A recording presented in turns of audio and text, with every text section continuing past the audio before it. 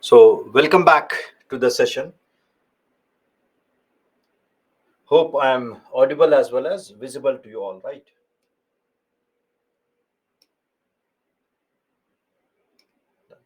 So, I'm audible as well as visible to you all, right? So, so here in the last session, we made an effort in understanding something about coral and coral bleaching. They are all facts-based data,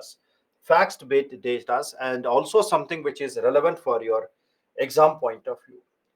Exam point of view. Like they may ask question on what is coral bleaching, its significance, and sometimes the issues associated with the coral services and their economic benefits.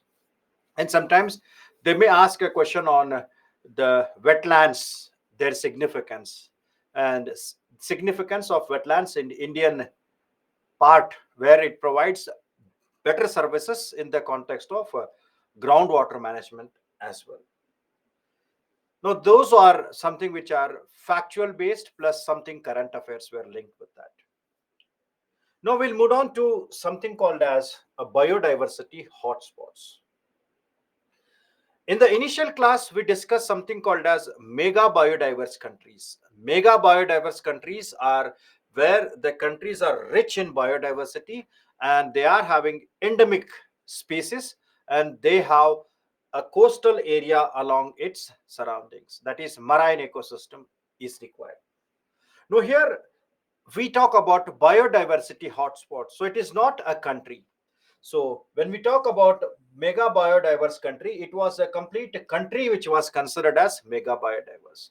Now, biodiversity hotspot, it is a geographical area in the country, geographical area in the country which is rich in endemism. So, biodiversity hotspot means it is a geographical area which is rich in biodiversity,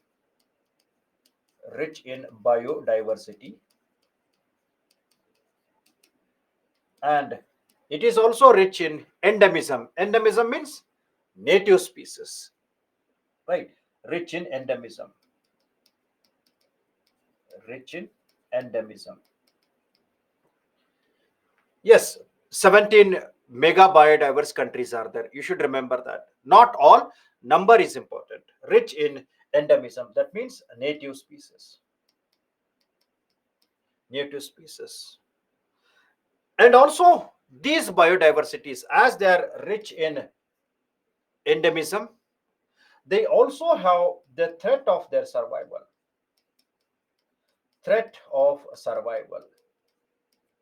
And such geographical areas within the country, they classify them as biodiversity hotspot. So the moment when we say biodiversity hotspot, it means you should remember it's rich biodiversity plus threat associated with that. Now, when we talk about the biodiversity, in the biodiversity perspective, the criteria as given are how you classify them as a biodiversity hotspot. It is given by a criteria which is laid by Conservation International. So, Conservation International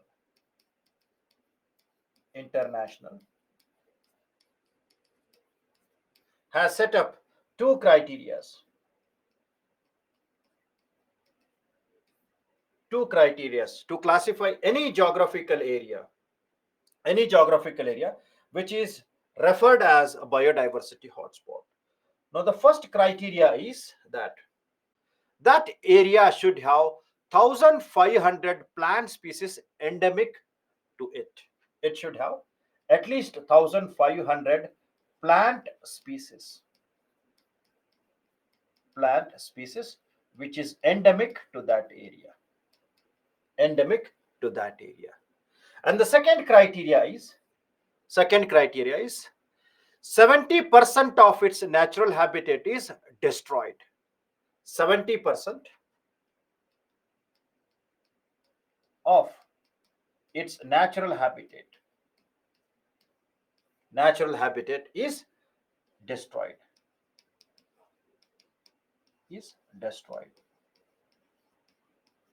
So it talks about both parameters, endemism as well as the destruction. Now, what is the reason for destruction? What is the reason for destruction? So the reason may be hunting activities, poaching activities. The reason for the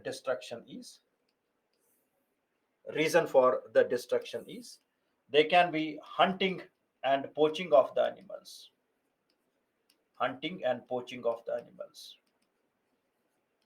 like hunting of the tigers for their skin, then elephants for their tusks, ivory, medicines, etc. Hunting and poaching.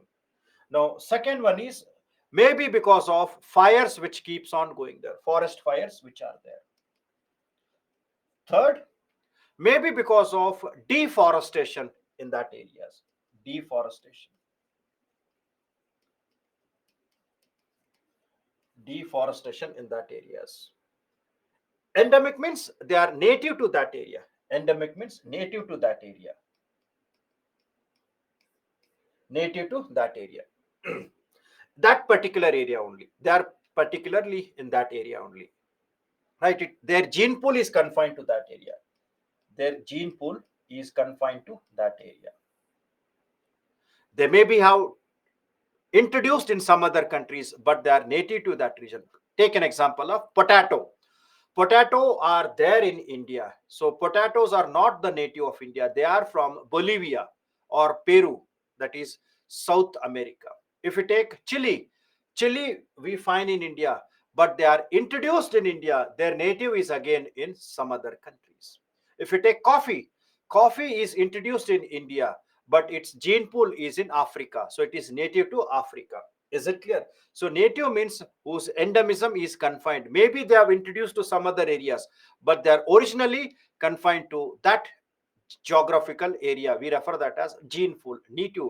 They might have been introduced by many reasons, but their original location is referred as their endemism. Is that clear? Right. So hunting and poaching, fire, deforestation, construction activities,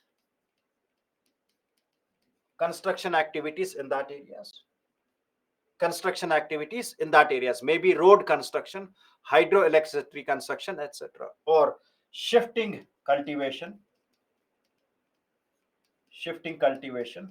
or we say this slash and burn, or maybe due to the impact of the global warming and climate change, where we find large amount of droughts and heavy rainfalls are there. Global warming and climate change. Global warming and climate change.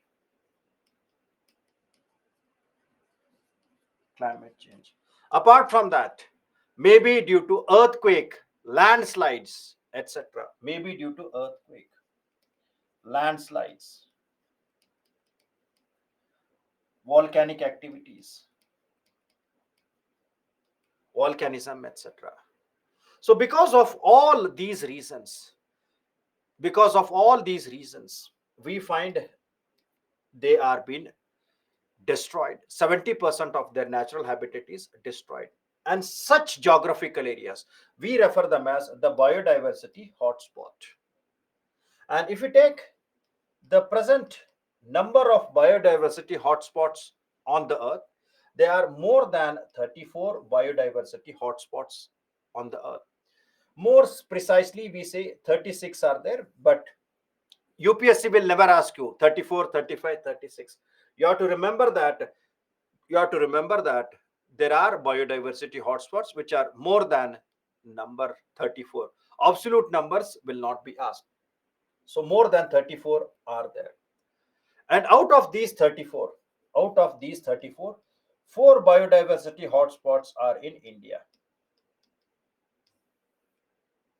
4 biodiversity hotspots in India. So this is what is biodiversity hotspot. Don't make much analysis of that. Definition and criteria, that is sufficient. Now, among these 36 biodiversity hotspots, we have 8 biodiversity hotspots where the endemism and biodiversity is very, very high, where we are having their endemism, and biodiversity is very high. Biodiversity is very high, very high. More trees, more animals. The density is very high. The densities are very high, very rich in biodiversities. So such we refer them as hottest hotspots. And remember, out of this 36 biodiversity hotspots, eight are referred as hottest hotspots. Hottest hotspots. And out of these eight, three are from India. Three hottest hotspots are from India. And these three are Sundalands, Indo-Burma, and Western Ghats. Three are from India. And the remaining are Madagascar, Philippines, Brazil's Atlantic forest, Caribbean, and Eastern Arc and coastal forest. So the data you should remember is 36 biodiversity hotspots. Out of that, four are in India. Four are in India. And within this four, three are referred as hottest hotspot. Hottest hotspots. So please understand. So when I say 36, more specifically, we say more than 34. And the data which it says is 36. So if you write 34 and 36, there is no problem with that. No problem with that. Many records say 36 and few records say 34 also. Even if you write 34 plus, that is accepted. More than 34 is accepted. And 36 is also accepted. Is it clear? So here I have mentioned more than 34. More than 34. Is it clear? Okay. Now, the four biodiversity hotspots of India are Himalayas,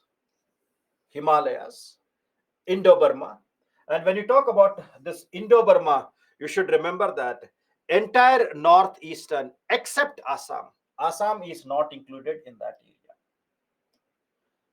They will never ask you why Assam is not included. They will ask whether Assam is a part of that or not a part of that. So entire entire northeastern India except Assam. Assam is not included in that. Yes, it is a evergreen forest. It is an evergreen forest, perfect, and not a biodiversity hotspot. It means it is rich in its location and rich in its habitats. Then Sundalands, where we find the regions, it includes entire Nicobar group of islands. Then Western Ghats. Western Ghats. So these are referred as the four biodiversity hotspots of India. India, right? So four biodiversity hotspots.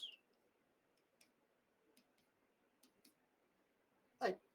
Now, these biodiversity hotspots, we always say that more than 75% of these biodiversity hotspots are lost their habitats. Lost their habitats. Now, next thing is, what are the major issues associated with the Himalayas, which is very, very important, and major issues associated with the Western Ghats, which are the major parts in context of India. Now, the first aspect is when we talk about the Himalayas, geologically,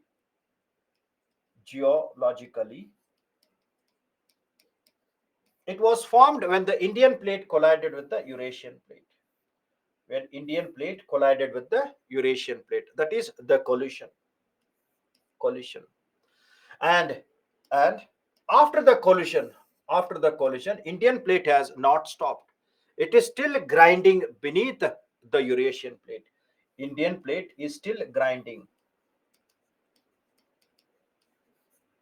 Grinding means still moving. Grinding at the rate of 5 centimeters per year. So it is still moving downward. Still, it is an active region where it is moving at the rate of 5 centimeters per year. Apart from that, these Himalayas, which are formed there, they are having steep slopes towards India. They are having steep slopes towards India,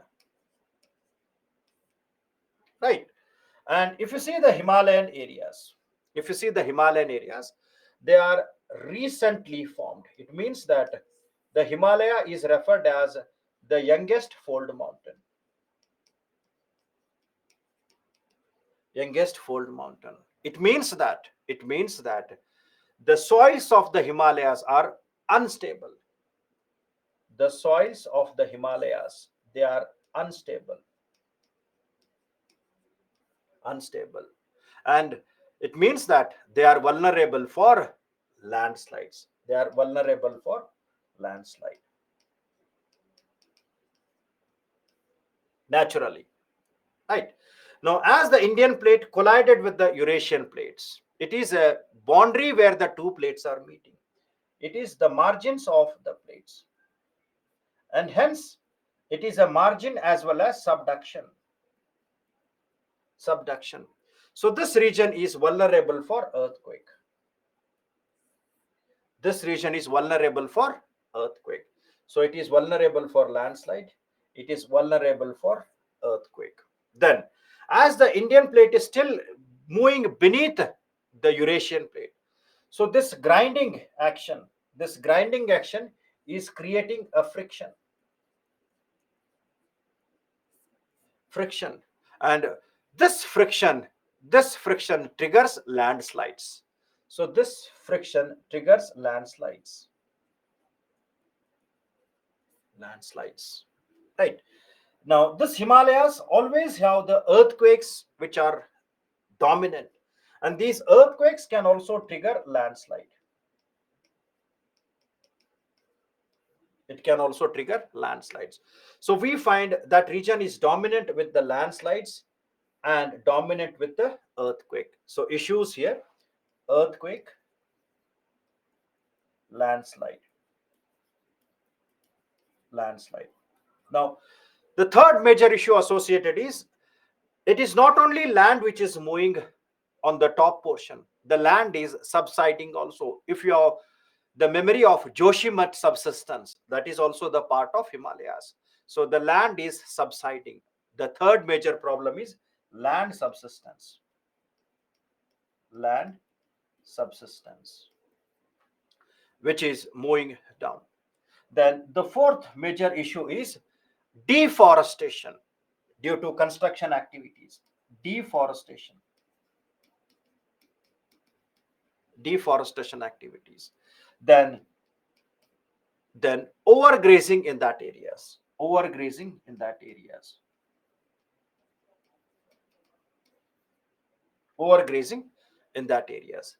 Then apart from these, this is also associated with heavy rainfalls in a short period of a time. We refer that as cloud bursting and flash floods. Cloud bursting and flash floods. Flash floods. Right? Cloud bursting and flash floods. Yes, it is a classical example to understand that Himalaya has reached to a tipping point where we can say that it is creating large amount of the problem for its carrying capacity. Perfect. So cloud bursting and flash floods. Apart from that, this regions of Himalaya, they are also associated with an event called as a glacial lake outburst flood. Glacial lake outburst flood. Outburst flood. And generally we refer this as GLOF. And this you have experienced in Sikkim. This we have experienced in Sikkim. Cloud bursting affecting the glacial lake outburst in the Sikkim, which created flash floods in the areas. Apart from that apart from that, this area is also major issue with the hunting and poaching, associated with hunting and poaching.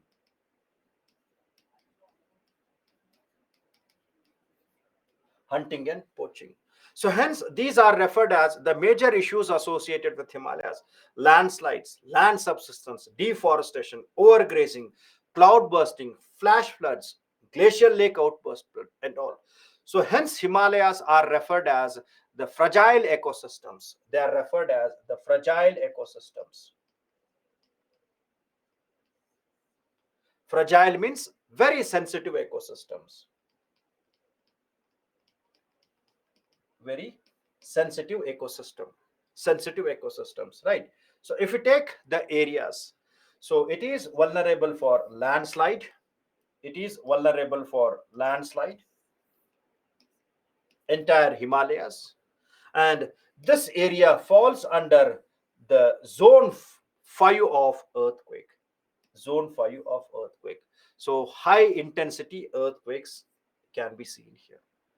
And here we find large amount of glacier deposits are there in the Himalayas, and these glacial lakes are responsible for globs,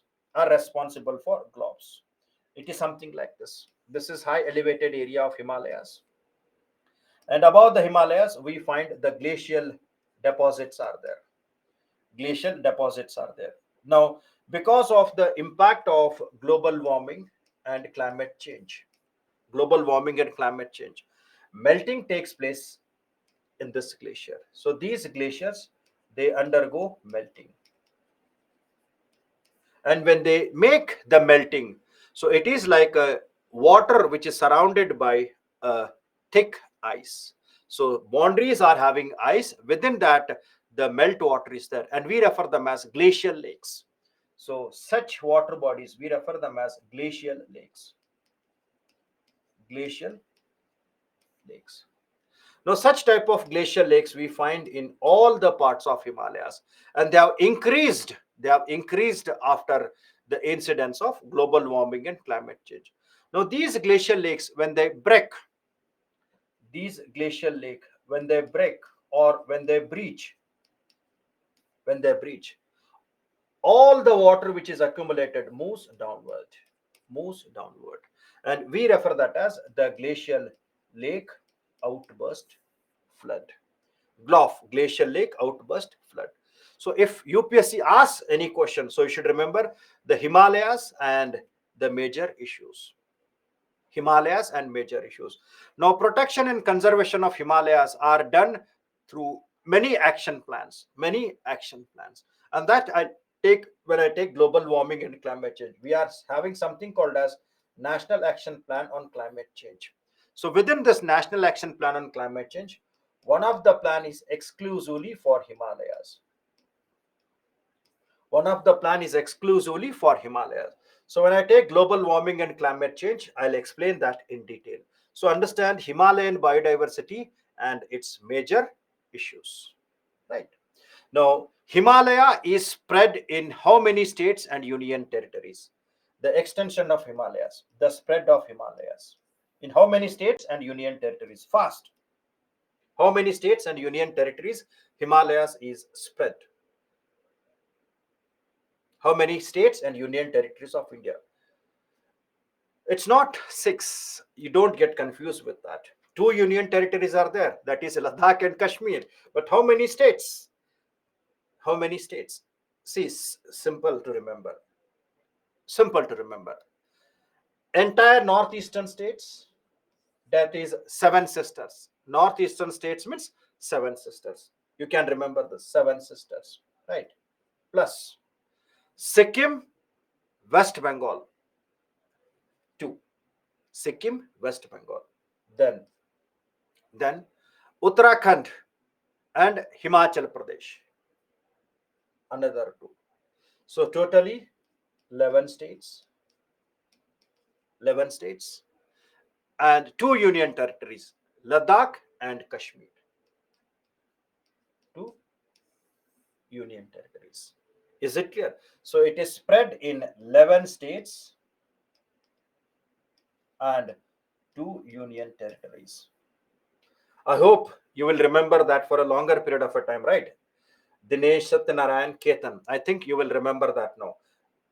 12 states and 2 union territories. Yes, Shilpa, it is correct. It is correct that two union territories, along with that, 11 states. Perfect. Right. Then we'll move on to the next one, which is Western Ghats. So, Western Ghat is spread in how many states now? It is spread in how many states? Now, this Western Ghat is spread in 6 states, not 3. It is spread in 6 states. 6 states. So, the criteria of endemism is, see, it does not have to do any type of the destruction. So endemism means which are present in that area, endemism which are present in that area, and that endemism has been destroyed. That endemism has been destroyed. Even if one species are also there, that is taken into consideration. Is it clear? So 6 states, the Western Ghats are spread. Western Ghats are spread. And these Western Ghats, along with biodiversity hotspot, they are biodiversity hotspot. Plus, Western Ghat is also UNESCO's World Heritage Site. It is also UNESCO's World Heritage Site. World Heritage Site. Heritage Site. It is also UNESCO's World Heritage Site. Now, if you see the Western Ghat has having immense benefits to India. Among the benefits, we can say it is the source of rivers, east flowing rivers and west flowing rivers. It acts as a barrier for southwest monsoon. It is perpendicular to southwest monsoon. It means it provides good amount of rainfall. This area, this Western Ghat is having rich flora and fauna. Rich flora and fauna.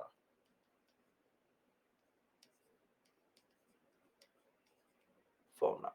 So it means it provides many plants which are having medicinal values. Many plants which can provide fruits. Many areas where agricultural productivity can be seen. So it is rich with flora and fauna. And this Western Ghats, it is having cultural importance, like the people tree which is there, or the cow which is seen in the Western Ghat, or the sacred groves which are seen in that. Sacred groves which are seen in that. So this is of immense importance for the humanity, for India. But in spite of providing many benefits, this Western Ghat is also having a major threat. It is also having a major threat. Now, the major threat associated with the Western Ghats is, initially it was referred as stable part, but due to man-made activities, it has lost its stability. Due to man-made activities, it has lost its stability. Right. Now, what are the man-made activities which has made the region vulnerable? Like, like when we take the region, now this region is vulnerable for landslide. Large amount of landslides occur in that area. Why? Because of construction activities which is done here.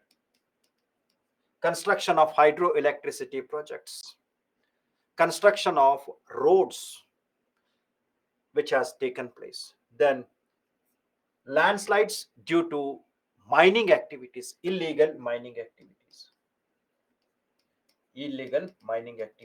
in that areas.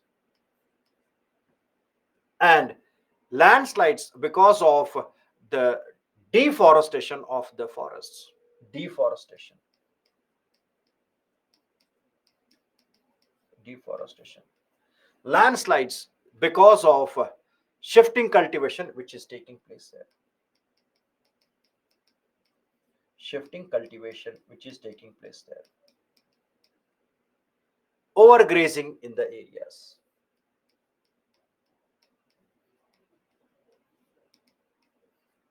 Overgrazing in the areas.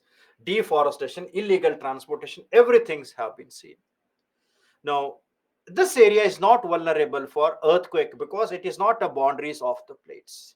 But along with the landslides, this area is vulnerable for floods, which we have seen in the Kerala episode. So here we find floods are dominant. Floods are dominant, what we have seen in the Kerala. Plus, this region is also associated with soil erosion, and it is associated with hunting and poaching. Hunting and poaching, which are considered as the major threat in the context of Western Ghats. And this Kerala episode of the flood in 2020 was an eye opener, where they found that large amount of destruction was there, not only in Kerala, in the neighboring state of Karnataka. Neighboring state of Karnataka.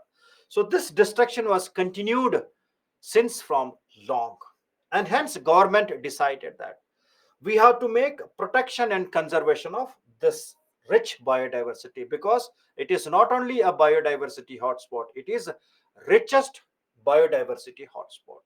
So hence, to make an effort to protect and conserve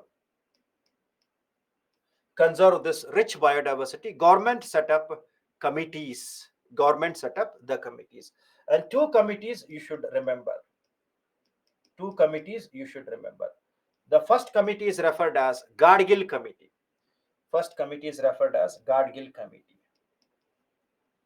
And the second committee is referred as Kasturi Rangan Committee. Kasturi Rangan Committee.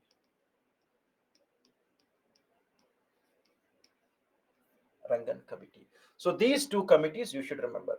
So hope the writing is visible to you all, or is there any problem to see the content which I am writing? The writing which I am doing on the slide, is it feasible? Can you see the writing? Done. Okay.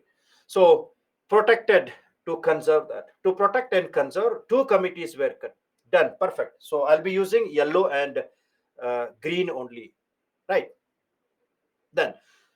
So this is where we find issues were there. And to set up that, Gadgiri Rangan and Kasturi Rangan committee were there. Now you don't have to write in detail about Gadgil committee and Kasturi Rangan committee. Only the main points which are important for our studies you should remember. Now the first committee is referred as the Gadgil committee. Now what the Gadgil committee says?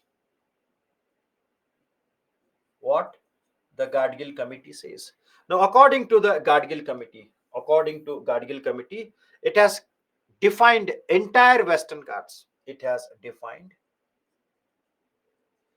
the entire Western Ghat as ecological sensitive area. Ecologically sensitive area.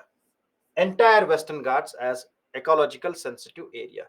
And then he has classified this ecological sensitive area into three zones. And we refer them as ecological sensitive zone 1, zone 2, and zone 3. Ecological sensitive zone 1, ecological sensitive zone 2, and ecological sensitive zone 3.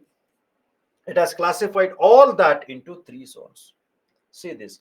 Green color is zone 1. Green color is zone 1. Right. And then the red color is zone 2. Red color is zone 2. And yellow color is zone 3. Yellow color is zone 3.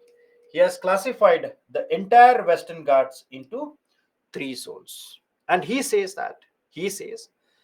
there should be a strong restriction of activities in ecological sensitive zone. Prohibit or restrict or stop all the activities like construction activities, hydroelectricity or road construction, mining activities, all should be stopped there. Mining activity, all should be stopped in the ecological sensitive zone 1. High priority should be given. High priority should be given. High priority should be given to that ecological sensitive zone 1. Now he says that if any project, if any construction has to be done in the ecological sensitive zone 2 or zone 3, then before setting the project, before setting the project, they should have done thorough environment impact assessment. Before the setting up of project, it should have a thorough means detailed environment impact assessment should be done. Detailed environment impact assessment has to be done. So very high priority was given to the zone 1, and zone 2 and 3, they have to be taken into strong consideration before the setting up of the projects here. Then he said the decentralization of power has to be done. So decentralization of the power,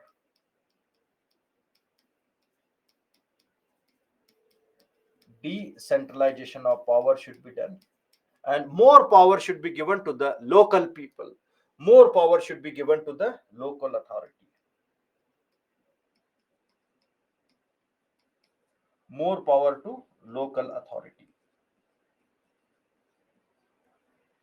that is gram sabhas, because local people will be knowing more about the resources and they can plan according to the resources which are available and resources which are degraded. So this becomes a best tool for planning, best tool for planning, because local people will be knowing more about that areas.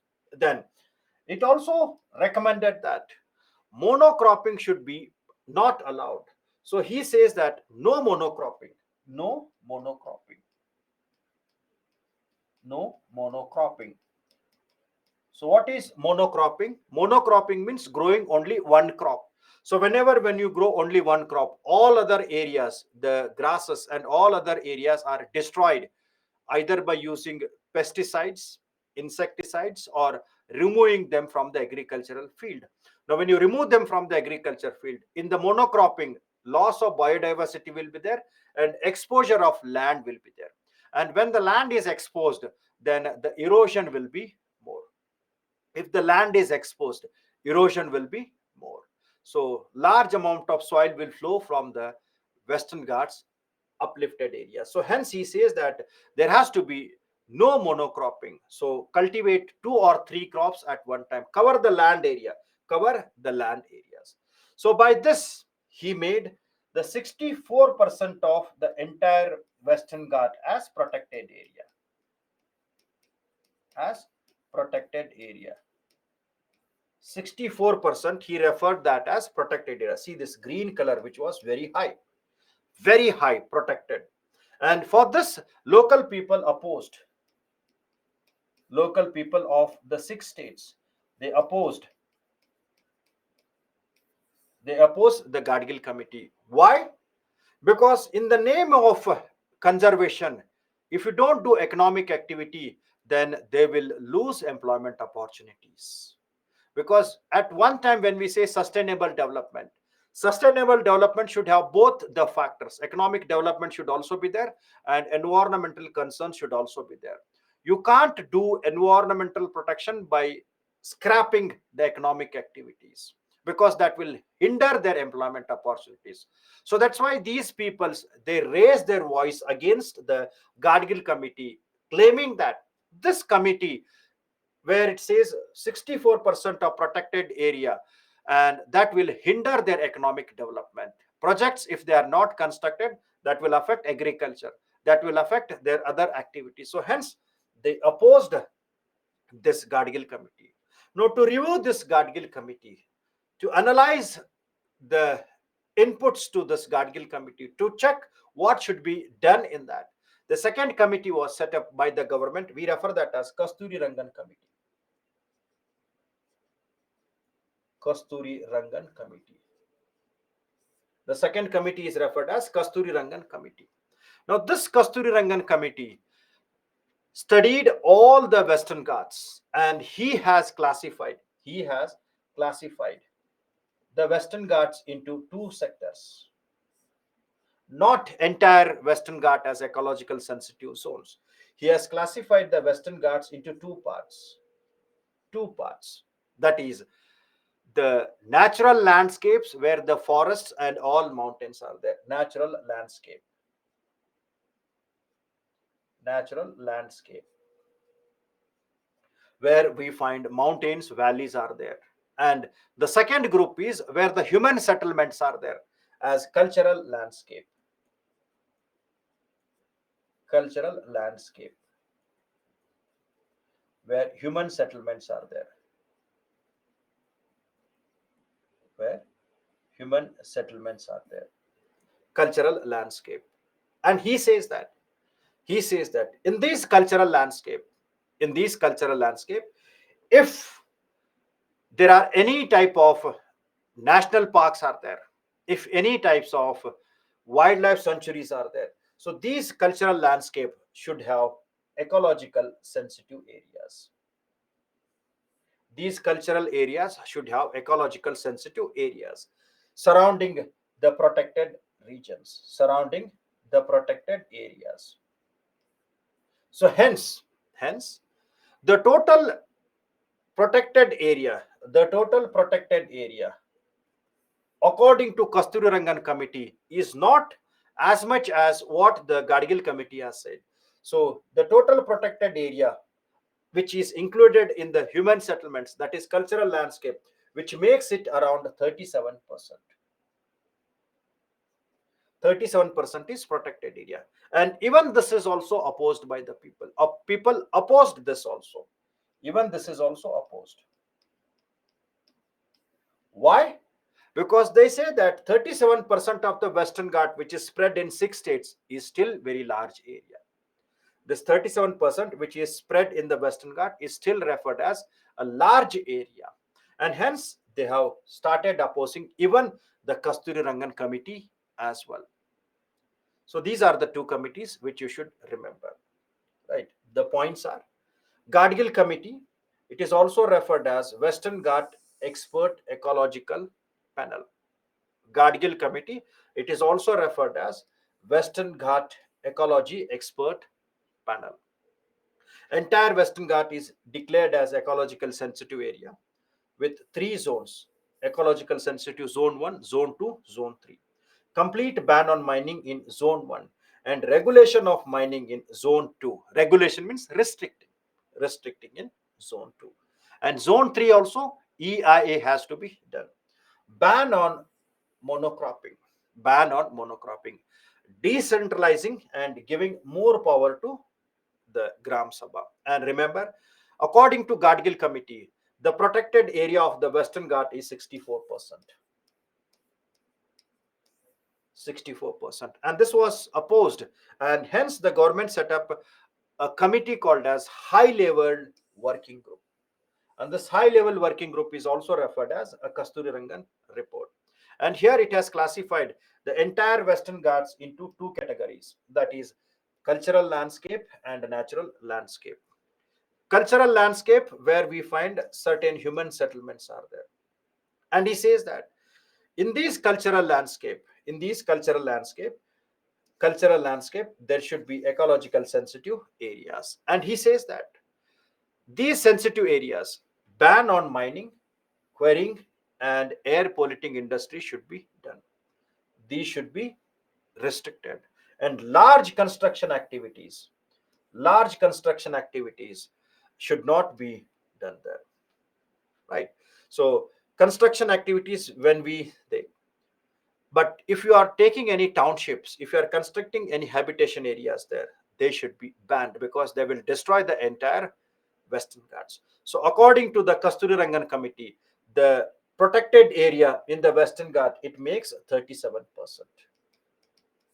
37%. Now, in the present context, if you take the data of 2023, the Supreme Court and National Green Tribunal has said that because of the episodes which are taking place in Kerala, Karnataka, and the areas, Supreme Court and National Green Tribunal has said all the states to implement not the Kasturi Rangan, the original Gadgil committee. Implement Gadgil committee recommendation. Implement Gadgil committee recommendation. And there is always a point where you should remember the important recommendation of Gadgil committee. And even today, the state governments are in ambiguity to apply the recommendation of Gadgil committee to the Western Ghats. Many states are opposing and many states are delaying in that. So maybe by 2024, if a strong verdict is there, maybe at that time they can implement. So at present, it is not implemented, and the Supreme Court and NGT has told them to implement very strictly the recommendation of Gadgil committee. Is it clear? Okay. Now, ecological sensitive area. So here we come across the region called as ecological sensitive area. So what is ecological sensitive area? Ecological sensitive area is around the protected area. So this is the protected area. Protected area. Now, protected area is, it can be a national park, or it can be wildlife sanctuary,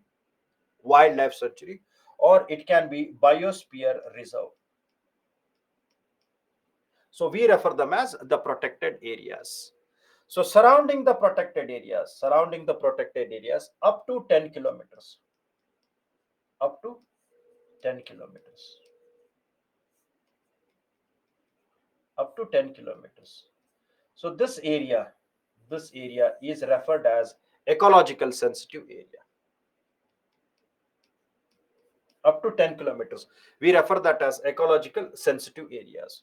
Now, this is very important because it releases the pressure which is there in the national park. If somebody wants to enter into the national park, he has to move through this ecological sensitive area. So this national park will act, sorry, this national park will be protected by ecological sensitive area, which will act like a shock observer to the national parks.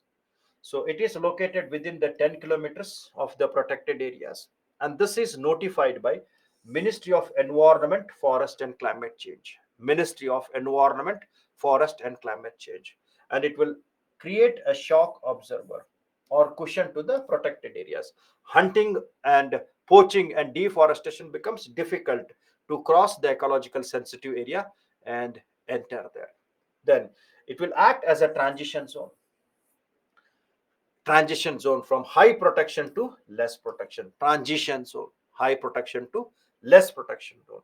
So the criteria to recognize them is topography, whether it is plain area, steep area, or gentle slope. It is based on the topography, based on the climate and rainfall, heavy rainfall, less rainfall, snow rainfall, or that based on the land use and land cover, whether it is evergreen forest, whether it is a desert area, whether it is a semi evergreen forest, or whether it is a forest area which is associated with some other economic activities. So all these are taken into consideration, right? And such areas we refer them as ecological sensitive areas. ESA, ecological sensitive areas, right? Done. So ESA.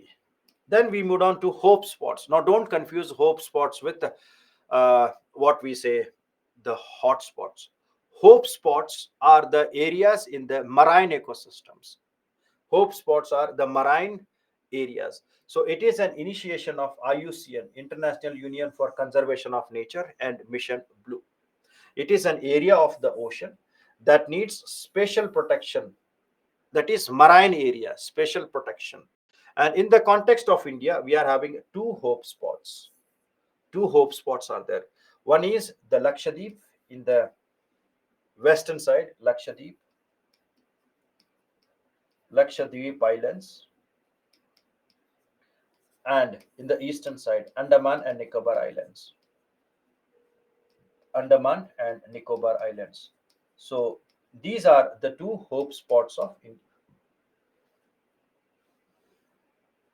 Ecological sensitive area is same as ecological sensitive zone? No, ecological sensitive zone is different. Ecological sensitive area is different. Zone means priority wise. Sensitive area is different from ecological sensitive, so don't get confused with them.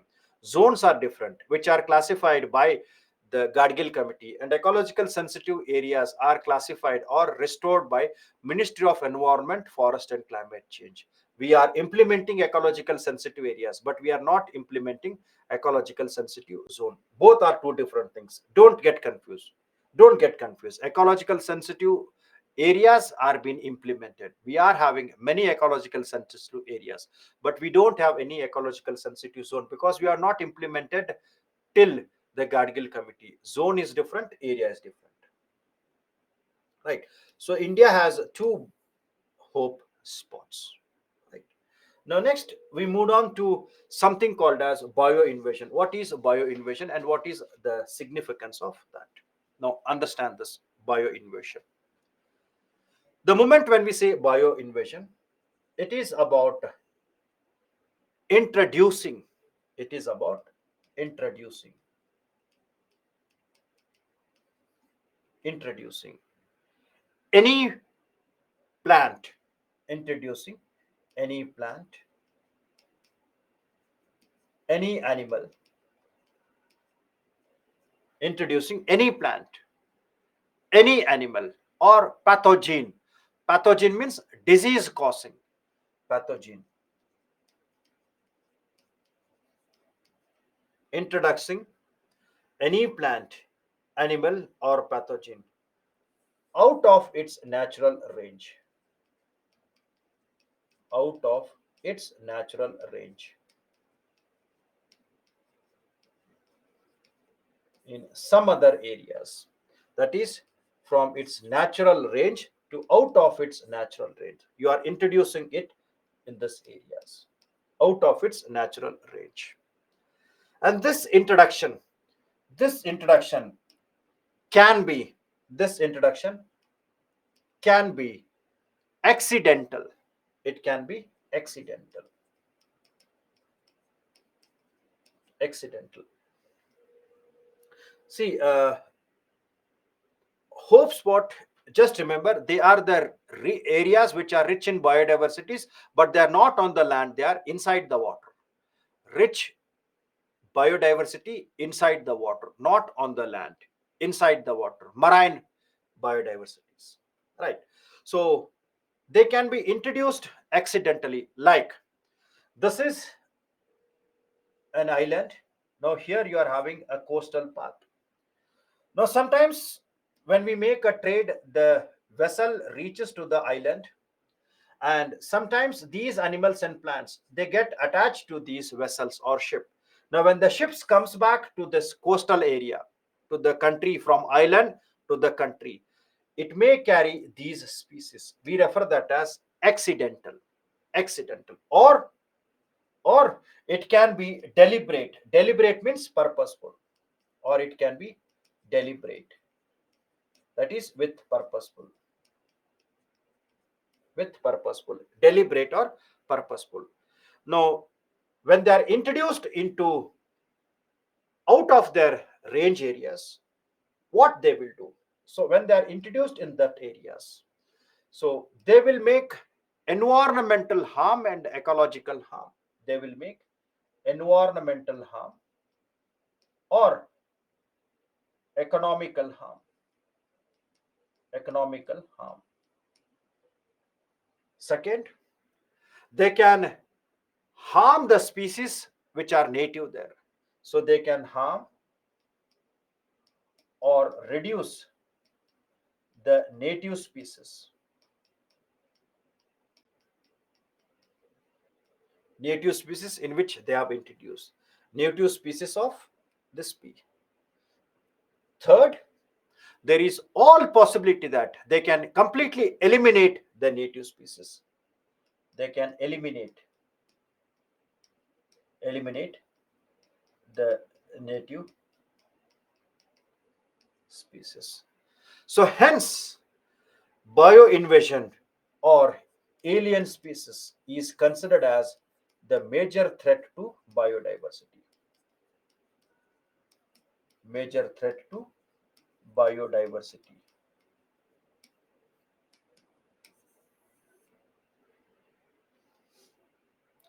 Is it clear? Same biodiversity hotspot except in the land and in water. Yes, in the what? But it is not about destruction. It's about rich biodiversities. That's it.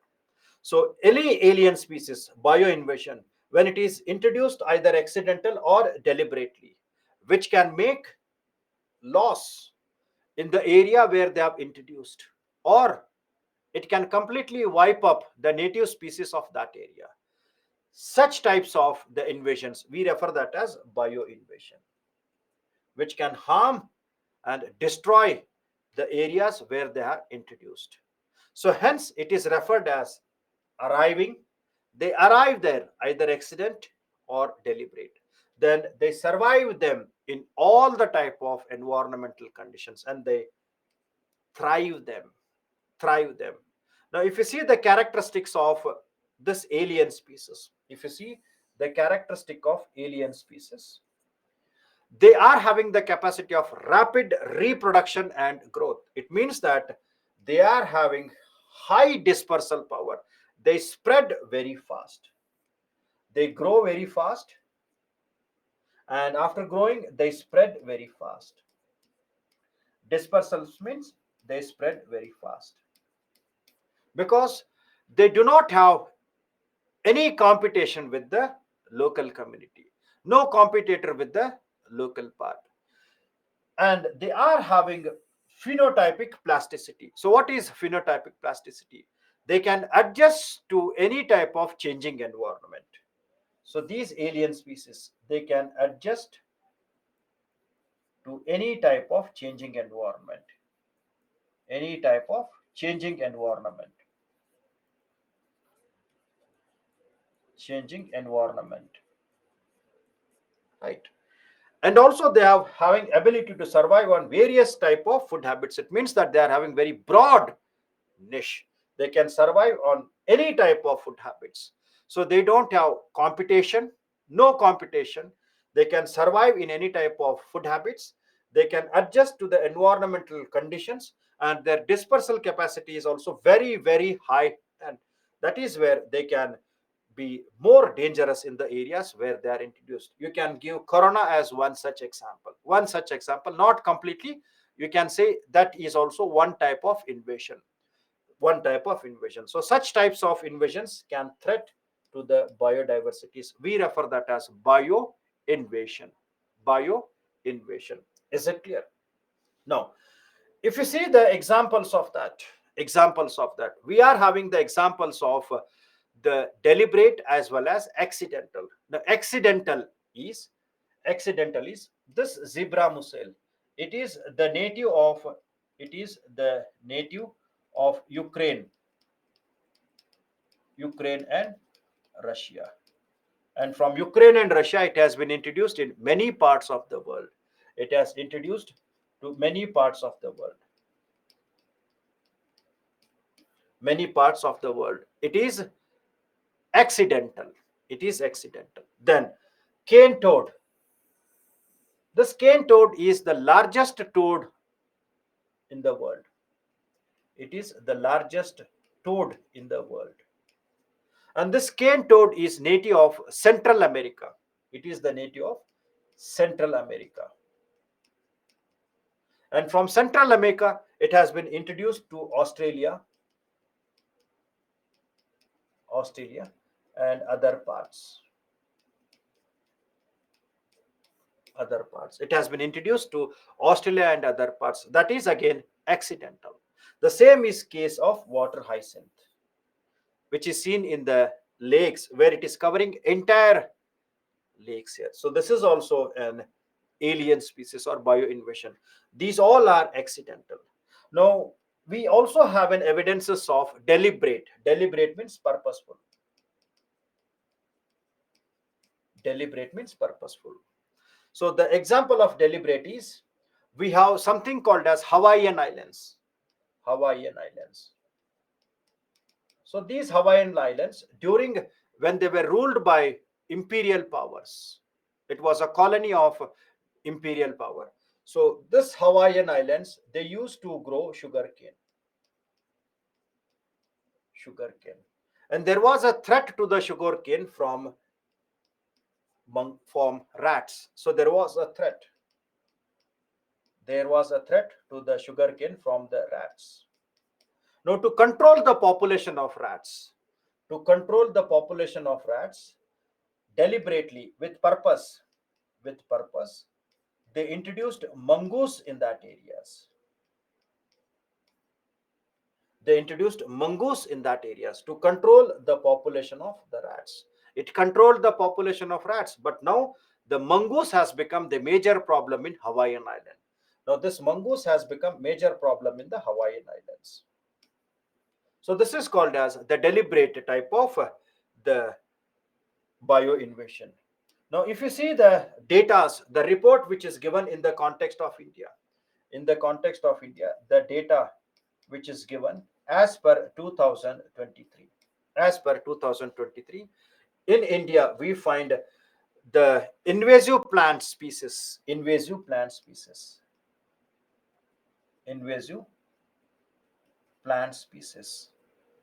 which poses threat to 66% of natural habitats in India or natural ecosystems in India.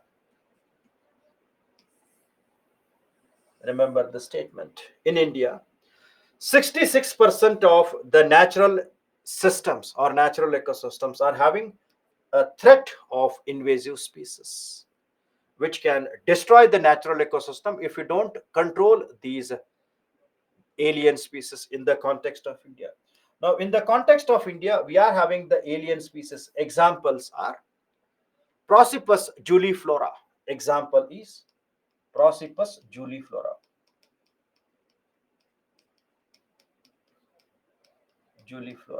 That is bubble tree. You have eucalyptus tree, which have been also seen as that. Then in the Western Ghats and Himachal Pradesh, you have something called as colorful flowers, lantern camera,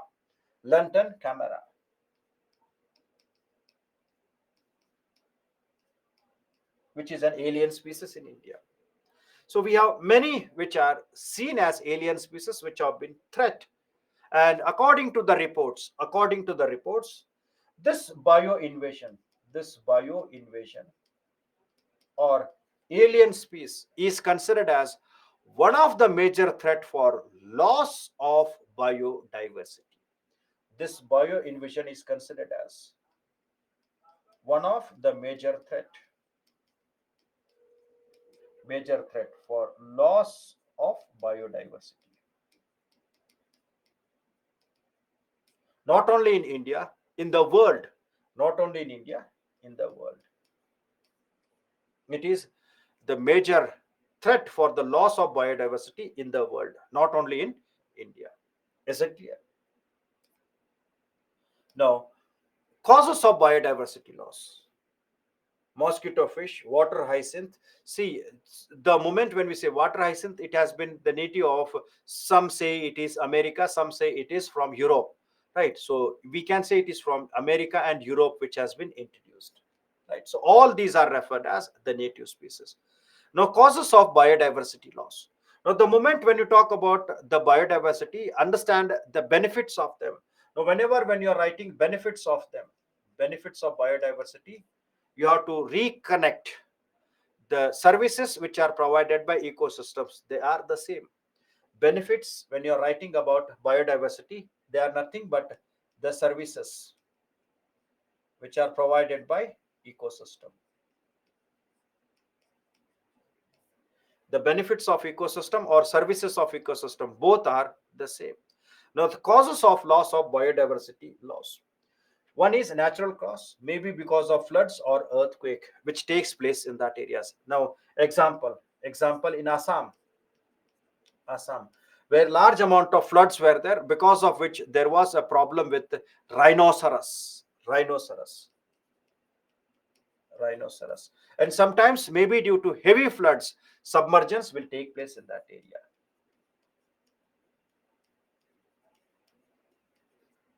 Submergence in that area. Earthquake also disturbs the region here, disturbs the region. Then habitat loss and fragmentation. Now understand this. This is a large area, large area. Habitat loss means losing their habitats, losing their dwelling place, losing their dwelling place, losing their dwelling place. Now this can be done. This is done by deforestation, deforestation, sometimes due to illegal encroachment, illegal encroachment, illegal encroachment, right? And sometimes it is habitat loss is due to construction activities which takes place, construction of roads, etc., construction of roads, etc., construction of roads, etc., or sometimes maybe due to conversion of that area for agriculture, conversion to agriculture, conversion to agriculture. So by that they will lose their dwelling place, they will lose their dwelling place, habitat is lost. And there is not only the problem with losing of their habitat, when it is cut by the construction activities, we divide the habitat into two smaller pieces.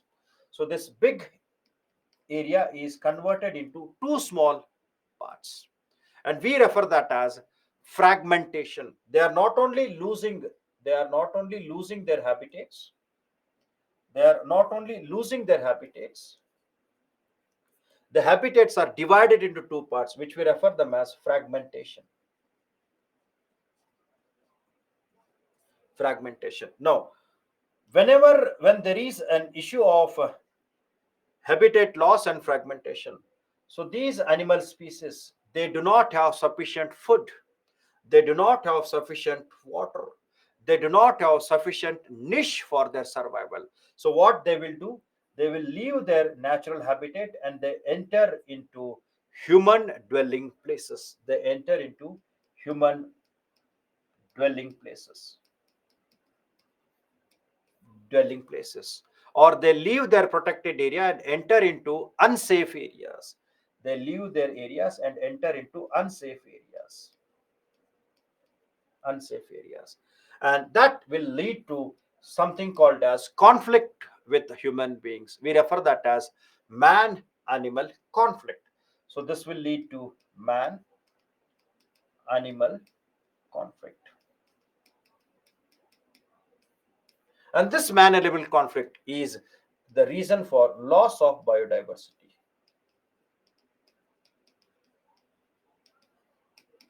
Loss of biodiversity, because wild animals, when they enter into dwelling places, they can kill the domestic animals, they can harm the human beings, they can make injuries to the livestock resources, they can destroy the agricultural crops. So it means that they can make large amount of socio-economic losses. And in the same way, in the same way, the animal which has entered can also be killed by the human beings there. So in both the cases, losses will be there. So that can create large amount of biodiversity loss. So this is called as the habitat loss and fragmentation, which leads to loss of biodiversity. Then hunting and poaching, hunting and poaching, hunting of tigers, hunting of the pangolins, hunting of the elephants for their tusks, that is ivory, etc. So all these are responsible for reducing their biodiversities, which are responsible for reducing their biodiversities. Hunting and poaching, and these hunting and poaching may be for their skin, maybe for their tusk, or maybe for their medicinal values, maybe for their medicinal values. But in any cause, they are losing their life or injuries. Then, extension of agriculture. This is something which we refer them as shifting cultivation, or in the international level, where you talk about Indonesia, where the forests are converted for growing of agricultural crops. And in Amazon forest, we find that they are being used for growing of the soya bean, right? So large amount of the areas are destroyed because of agriculture, maybe by palm oil cultivation and etc. Over exploitation needs ecological footprints when increases, we refer that as over exploitation. Then alien species invasion, this is what we studied in the previous one. Then global warming and climate change. Global warming and climate change, the impact of global warming and climate change are that the region can have high intensity of floods, the area can have droughts, and these droughts can lead to forest fires, and increase in the sea level, which creates the submergence of the coastal areas. Then, due to impact of global warming, acidification of ocean,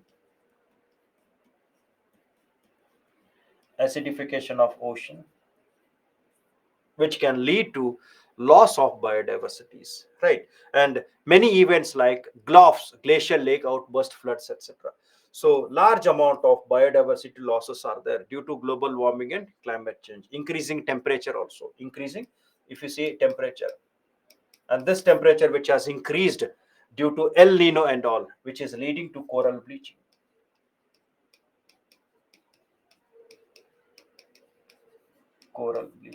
So many types of losses of biodiversities are there, including the global warming and climate change. So these are the factors which makes impact on the existing biodiversities, right?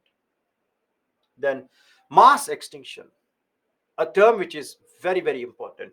Mass extinction means when we lose at least 75% of the total plant and animal species, or three-fourth of the plants and animal species, three-fourth of plants and animal species, or flora and fauna combinedly, when we lose in a very small period of a time, that is less than 2.8 million years, loss in small time, that is less than 2.8 million years, 2.8 million years, we refer that as mass extinction. Or when there is a loss of species rapidly, then what it can form new species. Loss of species more than evolution, loss of species which is more than formation of new species means evolution. So if the species are lost more than evolution, then it will lead to mass extinction, number of species will decrease in that area. So we refer that as a term which is linked with the data of 2.8 million years, and three-fourth, that is three-fourth of all the species which died. And Earth has already experienced five mass extinction. We have already experienced five mass extinction. And if we believe in the data of 2023 and 24, all the scientific communities, they say that they agree with the one point that we are in the sixth mass extinction. All the communities say that we are in the sixth mass extinction. extinction they are very much sure that we are in the sixth mass extinction. But the issue is, some say that this has recently started. Some communities say the sixth mass extinction has recently started. It has started. And some communities say that we are in the middle of sixth mass extinction. We are in the mid of sixth mass extinction. We are in the sixth mass extinction. And they have blamed the major reason for the sixth mass extinction is human being. Human beings are responsible for that. And hence, this sixth mass extinction is referred as Anthropocene extinction, that is human led mass extinction, or it is Holocene extinction on the age factor. The reason is human reason is over exploitation, hunting, poaching, degradation, deforestation, construction activities, global warming, greenhouse gas. All these are referred as the activities which are done by human being. That is hunting and poaching, deforestation, global warming and climate change, over exploitation of resources, population, right? Nuclear tests, wars, wars. So all these are responsible for the faster accelerating of the loss of the species. So hence they say that we are in the sixth mass extinction, either in the beginning, or we are in the mid of sixth mass extinction. Is it clear? And the five mass extinctions were, the first one was some 445 million years ago, where we lost 85% of the species. Where we lost 85% of the species. That is the first mass extinction which the Earth have recorded. Then the second one is somewhere around 340 million years ago, where we lost around 70% of the species. The third one is very significant one, where we lost more than 95% of the life. And in fact, we see in this context, when we talk about the Permian one, 96% of marine species were lost.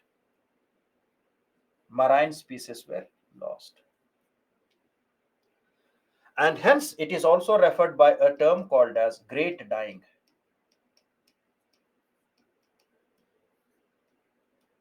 It is referred as great dying. Many reasons are there, but the strong reason what they suggest is the super volcano eruption. The super volcano eruption,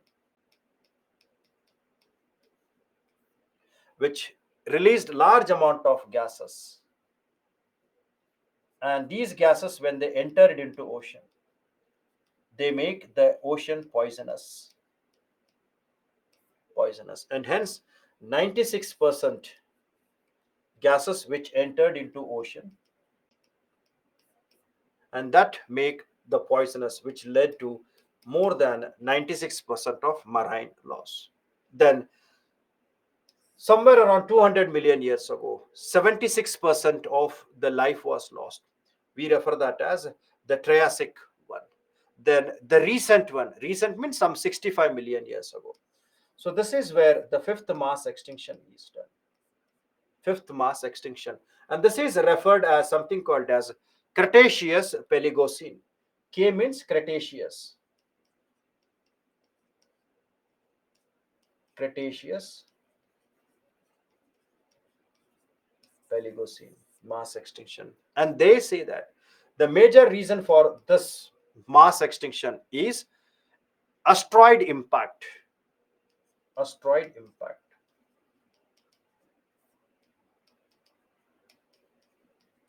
And this asteroid impact, according to the theory, they released large amount of gases from the Earth's interior. And these asteroids, when they fall on the water bodies, they developed the waves of 3 to 4 kilometers height. They developed the waves of 3 to 4 kilometers height. And another reason which is given for the loss of biodiversity some 65 million years ago is the volcanic activity which took place in peninsular India, that is Reunion hotspot in the peninsular India. That is when the Indian plate collided with the African plate this time, where the reunion hotspot erupted and released large amount of gases. And whatever may be the reason, whether it is asteroid impact or volcanic impact in peninsular India, it wiped off the dinosaurs on the Earth. It wiped out the dinosaurs on the earth. Dinosaurs on the earth.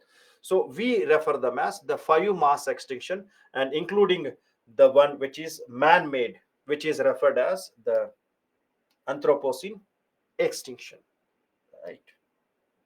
For you mass extinction, and we are either in the beginning or in the mid of the sixth mass extinction. Human will probably lead, yes, human will be probably responsible, Nikhil. Perfect. So they say either we are in the mid of that or in the beginning, but all the human activities are responsible for the sixth mass extinctions. All the reports say the same thing, right? So we can have a break of 10 minutes. I need to have some water. You can also have some water, and we'll start the class exactly at 7 p.m. 10 minutes break we can have, and we'll start the class exactly at 7 p.m. Right?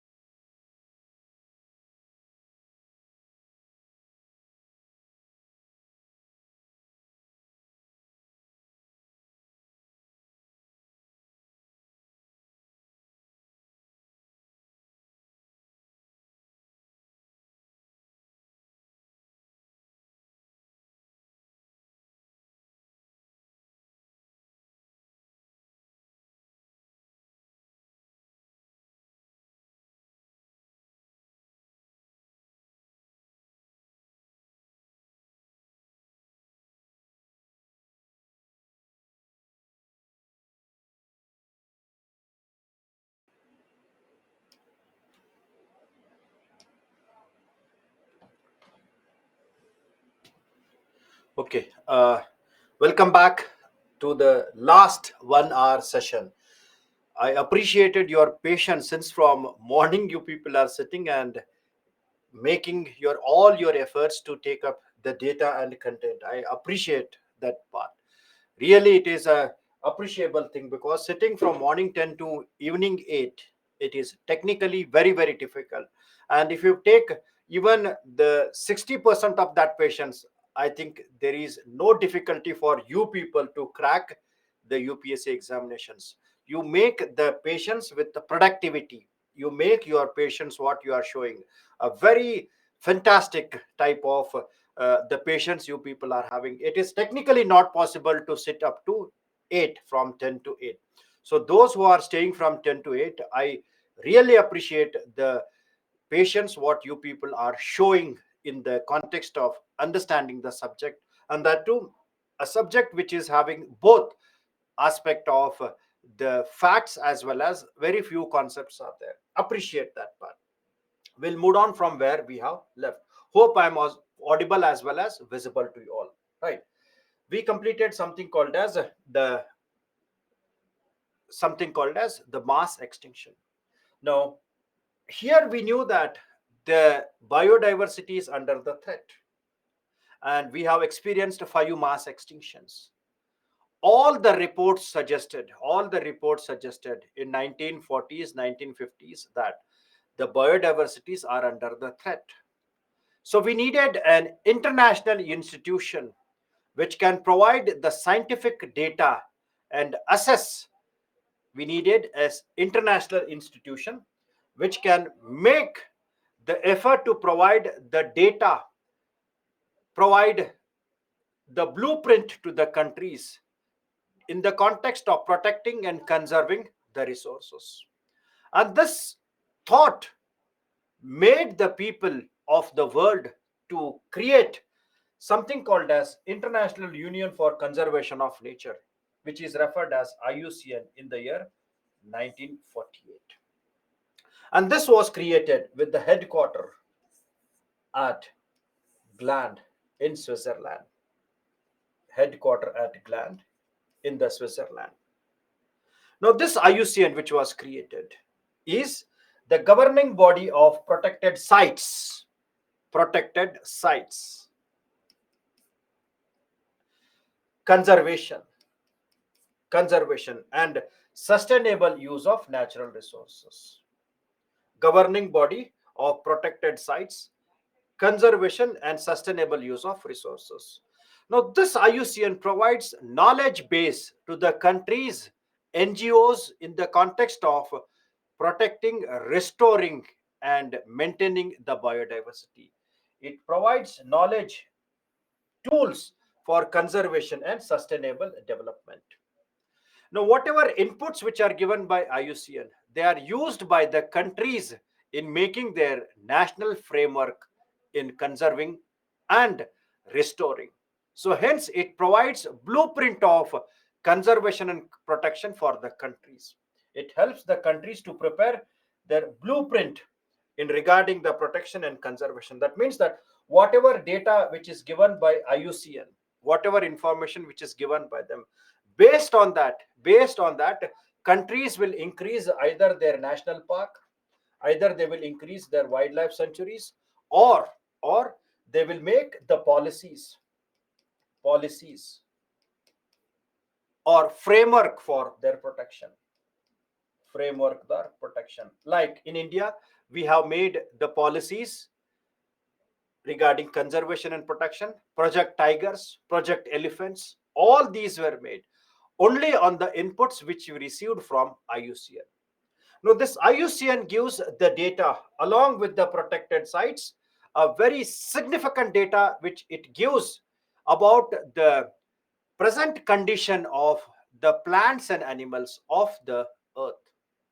And we refer that as red list. So it started giving the data in the form of red list from 1964. From 1964, the data. Now, this IUCN red list, which is given, is often referred as barometer of life. It is often referred as the barometer of life.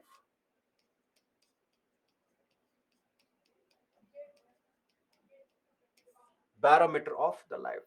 And in fact, we say it is a critical indicator of health of world's biodiversity.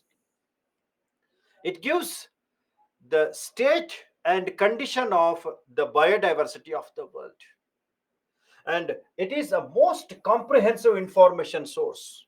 Most comprehensive information source for conservation and status of the plants and animals, not the sites. Not the sites. It talks about biodiversity, not sites. And here, whatever data which is given by the red list, they become a very, very powerful tool for all the countries either to increase their national park, increase their approach in protecting and conservation.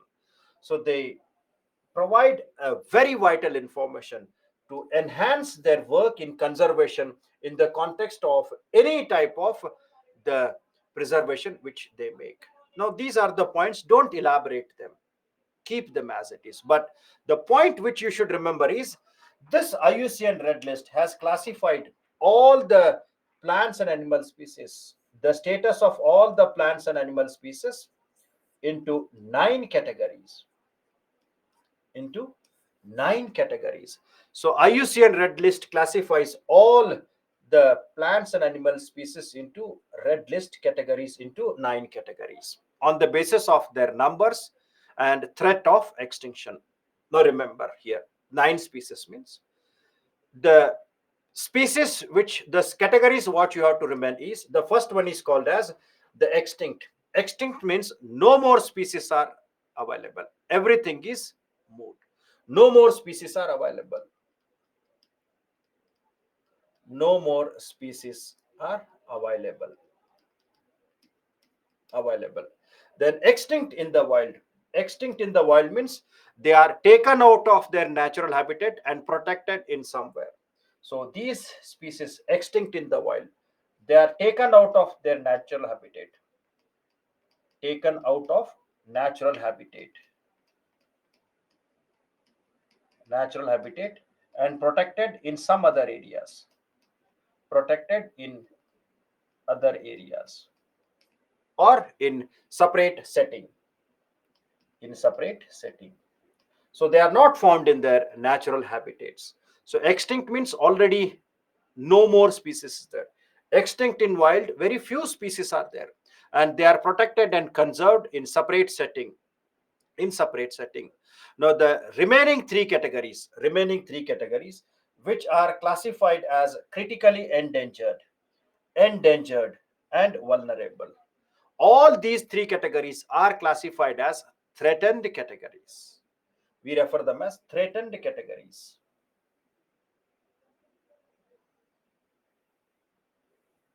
Threatened categories.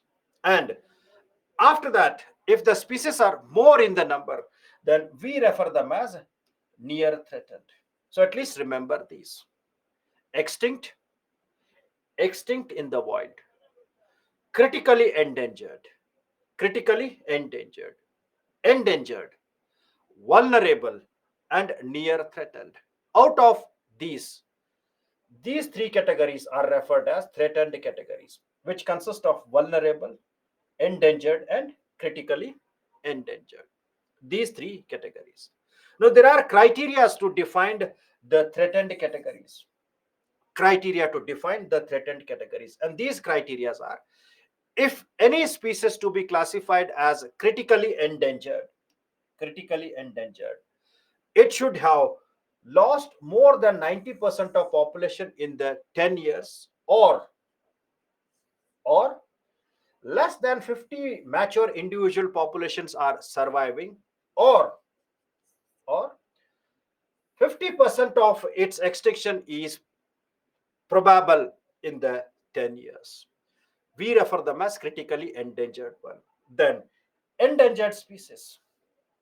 70 to 90% of the population has reduced in last 10 years, or or less than 250 mature individual population is surviving, or its probability of extinction in the wild is 20% within 20 years. Now here it is 50% within 10 years, so here it is 20% within the 20 years.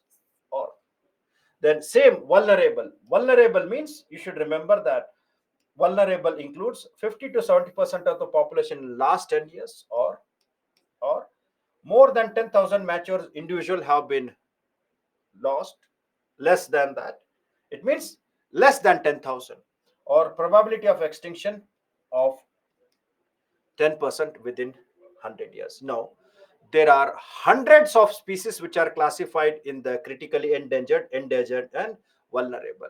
Now the last time when it was released, the IUCN red list, last time it was released in the year 2023. Last year it is released. Last year it is released, which talks about many critically endangered and vulnerable species. You can't remember all the species. You can't remember all the species. If any species is occurring in the current affairs from last 2 years, you make a date of that one. Now, if any species have changed their categories, if any species have changed their categories, category means if it has shifted from extinct in wild to critically endangered, or if it has shifted from vulnerable to endangered. Now, why the shifting takes place? Why the shifting takes place? One, maybe because of successful conservation, maybe because of successful conservation, or maybe due to over exploitation, maybe due to over exploitation. So because of these two, the species changes their categories in the IUCN red list. So these species which have changed their categories, they are important in the context of your examination. In the examination, is it clear? So remember these threatened categories. So all these are referred as threatened categories. Threatened categories. All are threatened. So threatened has three subdivisions: critically endangered, endangered, and vulnerable. Three subdivisions are there. Subdivisions, right? Now, if they are changing their categories, then you have to remember. So in the context of the IUCN red list, which was released in the year 2023. Now here we find certain species which have changed their categories. Take an example of Saiga antelope. This is found in the Central Asia and other parts of the world. And this Saiga antelope has changed its category from critically endangered to near threatened. Near threatened.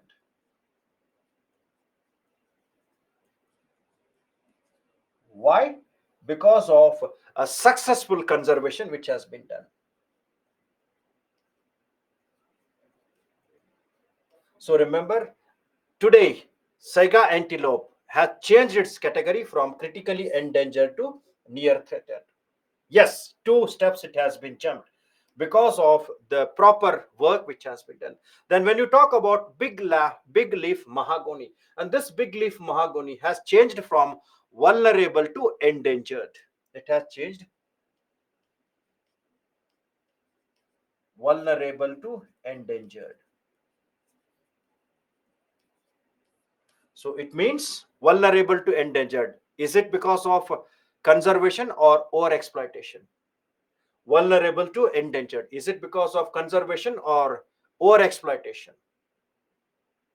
When it has moved from vulnerable to endangered, very fast, over exploitation.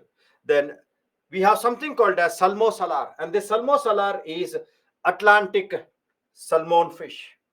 It is Atlantic salmon fish. And remember, salmon fish is also referred as migratory fish. It is also referred as migratory fish. It moves from fresh water and saline water. It moves from both saline water to the fresh water. That means it moves from the ocean to the rivers for breeding. River, fresh water for breeding. For breeding. Right. Salmo salar or Atlantic salmon fish. Now this has changed its category from least concern to near threatened.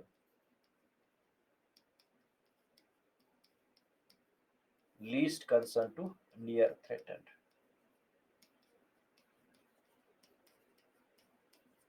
Least concern to near threatened. Near threatened. Right. So if any such species which have changed their categories according to 2023, and if they are repeating in the current affairs, 100% you have to make the data for your prelims. Is it clear? Okay. So remember the categories, remember the examples, recent examples. Right. Then this is how they classify extinct, extinct in the world. So at least you remember extinct, you remember this threatened and these two categories: extinct in the wild, extinct, critically endangered, vulnerable, and vulnerable. Endangered and vulnerable. Is it clear? Now next we moved on to the impact of alien species. So alien species are considered as major threat to biodiversity. And to measure the impact of alien species, to measure the impact of alien species on biodiversity, to measure the impact of alien species on the biodiversity. biodiversity. IUCN, International Union for Conservation of Nature. IUCN has introduced a criteria to that. It's not like the red list, which has having 9 categories. IUCN has introduced a criteria for identifying the impact of alien species in the year 2020. And here it assesses the impact, it make the assessment of alien species into 5 impact categories. 5 impact categories.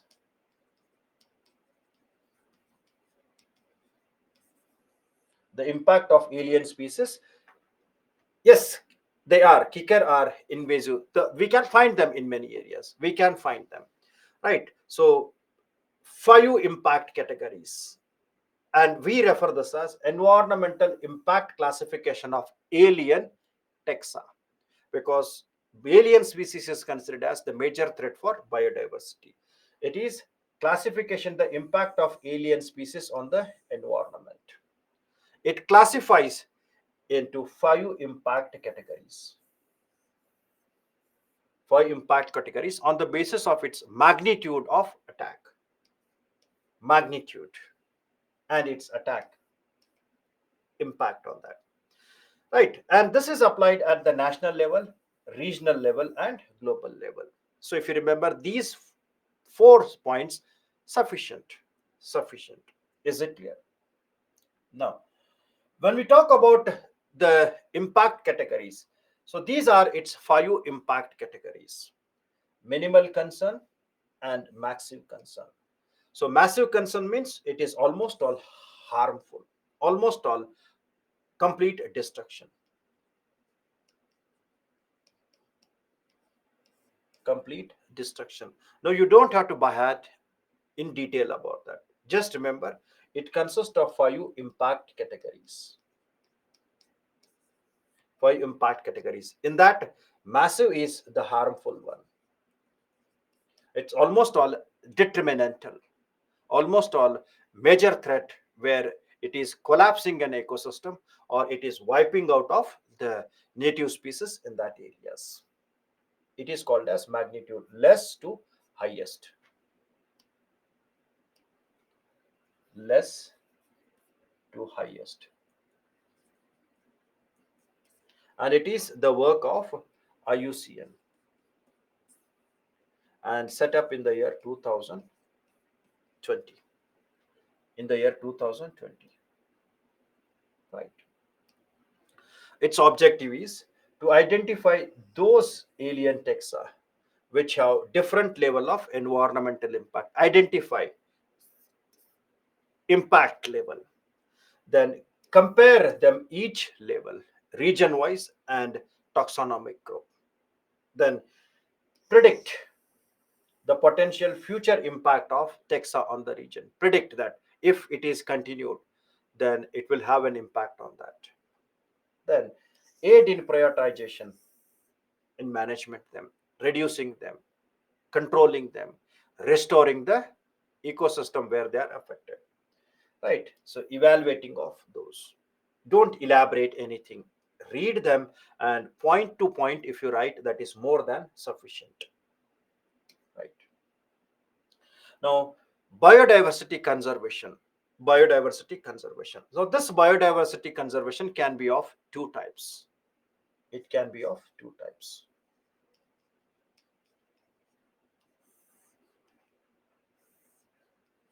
Right. We refer them as in situ conservation and ex situ conservation. Ex situ conservation. Now, what is in situ conservation? It is about protection,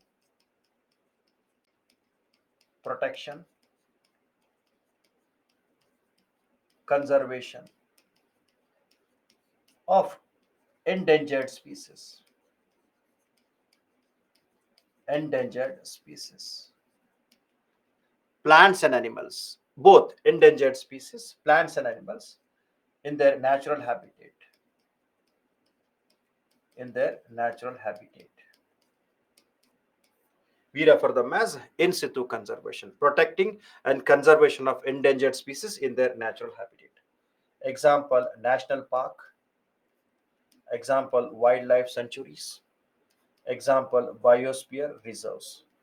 Biosphere reserve. Right. So we refer them as in situ, natural area, their own habitat. Natural habitat means their area where they are staying. You are not taking them outside. You are protecting them in their natural habitats, in their native areas where they are seen. Now, ex situ one. So it is about protection and conservation. Conservation of threatened species. Threatened species out of their habitat. Out of their habitat. Out of their natural habitat. Natural habitat in a separate setting. In a separate setting. We refer that as ex situ conservation. And example of this is botanical gardens. Botanical gardens, seed bank, zoo, etc. Zoo, etc. So we refer them as in situ conservation and ex situ conservation. Two types of conservations are there, in situ as well as ex situ. Now, in the context of India, we have national park as well as the wildlife sanctuaries. In India, we have national park as well as wildlife sanctuaries. We have around 107 national parks. Many wildlife sanctuaries are there. And then we are having conservative reserves and community reserve. This I'll discuss when I take forest. But what is difference between wildlife sanctuary and national park? If you see wildlife sanctuary and national park, both are created by legislation. So common is there, both are created by legislation. Both are created by legislation. Then human activity is allowed in the wildlife sanctuary but not allowed in the national park. Not allowed in the national park. Borders, the borders of national parks are fixed. The borders of national park are fixed, but the borders of the wildlife sanctuaries are not fixed. Not fixed. So hence wildlife sanctuaries are bigger than that of national parks. Then ownership. So private ownership is allowed in the wildlife sanctuary. No private ownership. No private ownership in the national park. And if you see the private ownership in India, we are having or we have one wildlife sanctuary which is privately owned. It is the only wildlife sanctuary which is privately owned, and this is the Save Animal Initiative. Save Animal Initiative.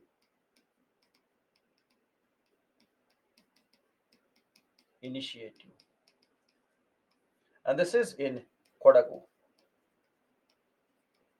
of Karnataka. So it is the only privately owned wildlife sanctuary in India. In India. Then apart from that, in wildlife sanctuary, single species can be protected. In wildlife sanctuary, single species can be protected. But in national park, no single species, all are protected. No single species. All are protected. All are taken into same consideration. In wildlife sanctuary, priority can be given to one single species. But here, no priority. All are protected and conserved in the national park. Right. Now, if you take the national park, it is very difficult to remember all the national park. But the recent one which have been formed, you can remember them. Take an example of the last national park which have been formed. One is this Dihing Patkai, and then Raimona National Park, which are in Assam. Assam 106 and 107. Dihing Patkai is also referred as Amazon of East. Amazon of East. So these are the recent addition, Dihing Patkai and Raimona. So by that, the Assam at present they are having 1, 2, 3, 4, 5, 6, 7 national parks. So 7 national parks are there in Assam. 7 national parks are there in Assam. Now, which is the largest national park of India? The largest national park of India. This is Hemis National Park, largest national park of India. Hemis National Park, which is in the Union Territory of Ladakh. Ladakh. Now, such questions you can expect in the context of examination. Those national parks which are in the current affairs.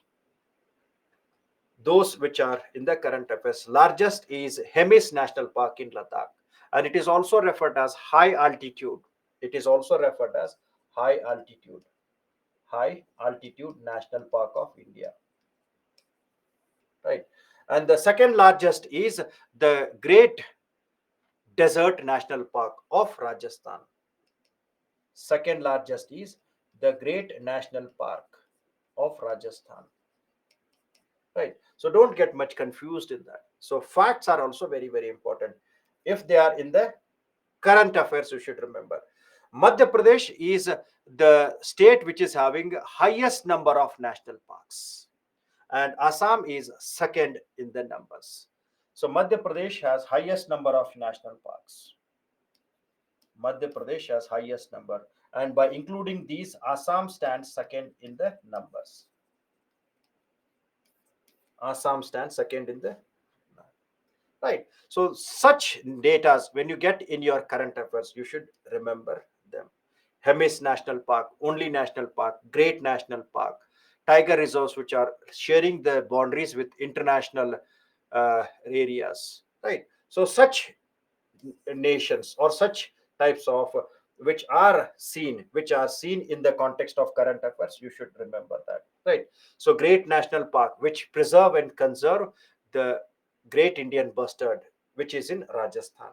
Right. So such questions you can expect in the context of your examinations which are there in the current affairs. Is it clear? Okay. Now, tiger reserve. When I take Indian biodiversity, I'll explain that in detail. Tiger reserve consists of two structures. Two structures. One is core area, which is having a legal status of national park or wildlife sanctuary. It is completely undisturbed area, which has the status of national park or wildlife sanctuary. And surrounding the core area, the area which is referred as the buffer zone or peripheral, where we find forest and non-forest activities are there. It means that some types of agricultural activities are allowed here. So mix of forest and non-forest activities. And in India, we are having 54 tiger reserves. 54 tiger reserves are there. Like snow leopards of Ladakh, yes, you can find those type of species which can be seen in your current affairs. Then something called as biosphere reserves. Now, the moment when you talk about biosphere reserves, so there were many ambiguities about the areas and the conservation. So hence, in the year 1968, the World Biosphere Conference was called. World Biosphere Conference was called.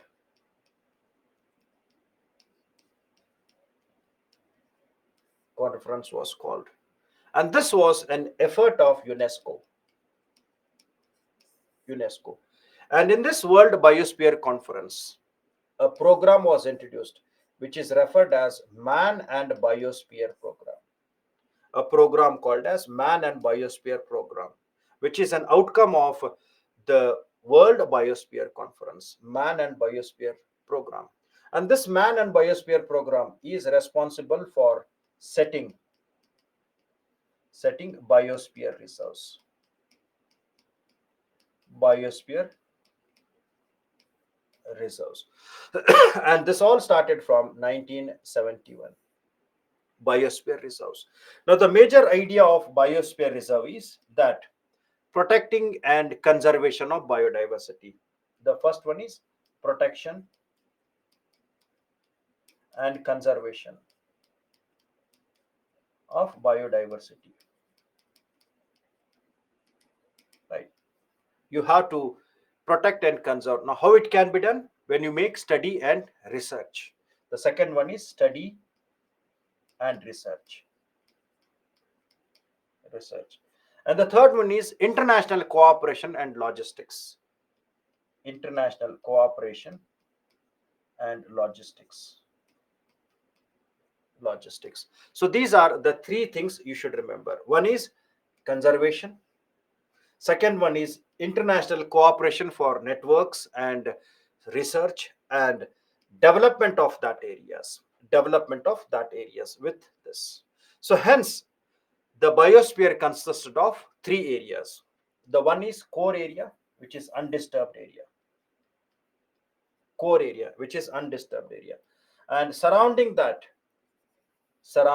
we refer that as a buffer zone, which consists of the area where research is done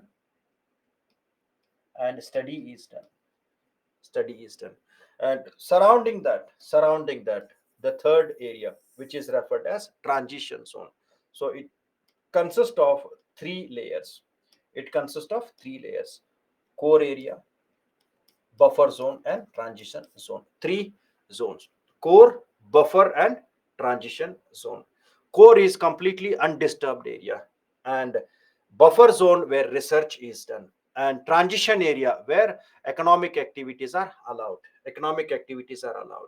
See this: Biosphere Conference, Man and Biosphere Program, and these are the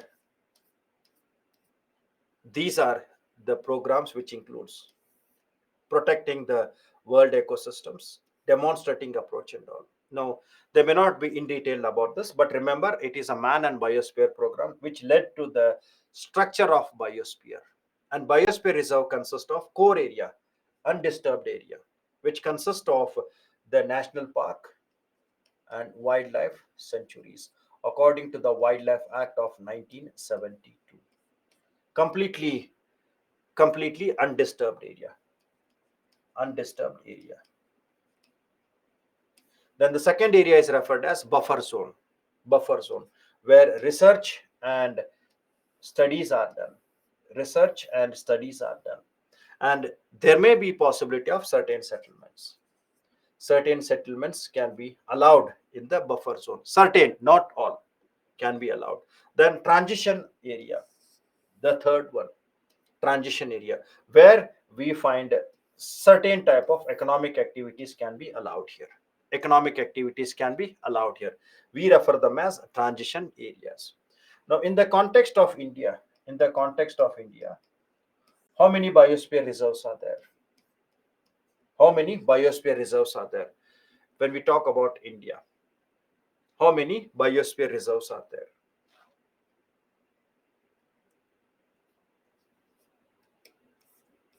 18 biosphere reserves are there in India. So I'll take up when I take Indian biodiversity, right? Then along with that, we also have World Network of Biosphere Reserves. So what are these World Network of Biosphere? There are some biosphere reserves. Which perform the functions of protection and conservation,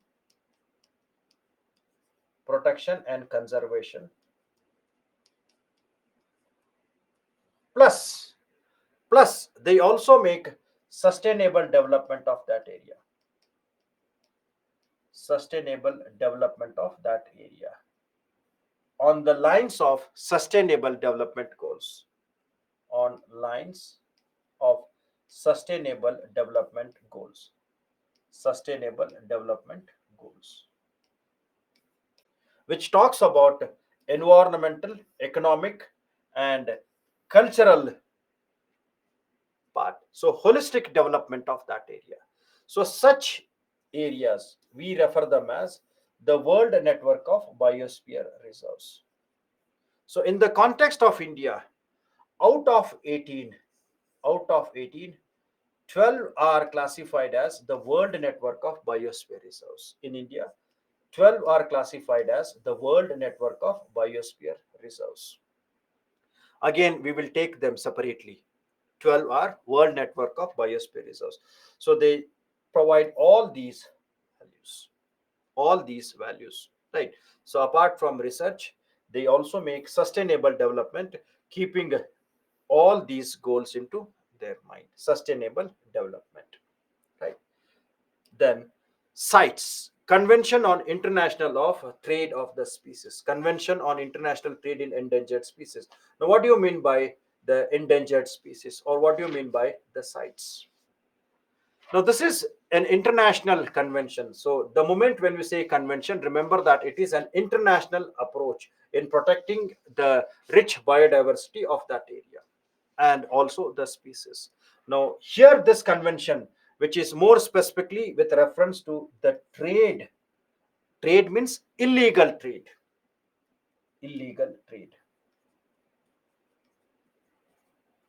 or smuggling of the endangered species.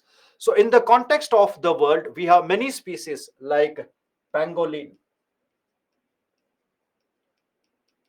pangolin, olive ridley turtles,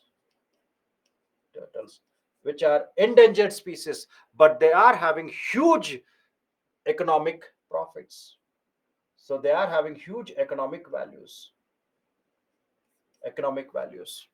And to curb this illegal trade, to curb this illegal trade or smuggling of endangered species, smuggling of endangered species. And convention was signed in the international level in the year 1971. We refer that as Convention on International Trade in Endangered Species, and it was signed in Washington, and hence it is also referred as Washington Convention. It is also referred as Washington Convention.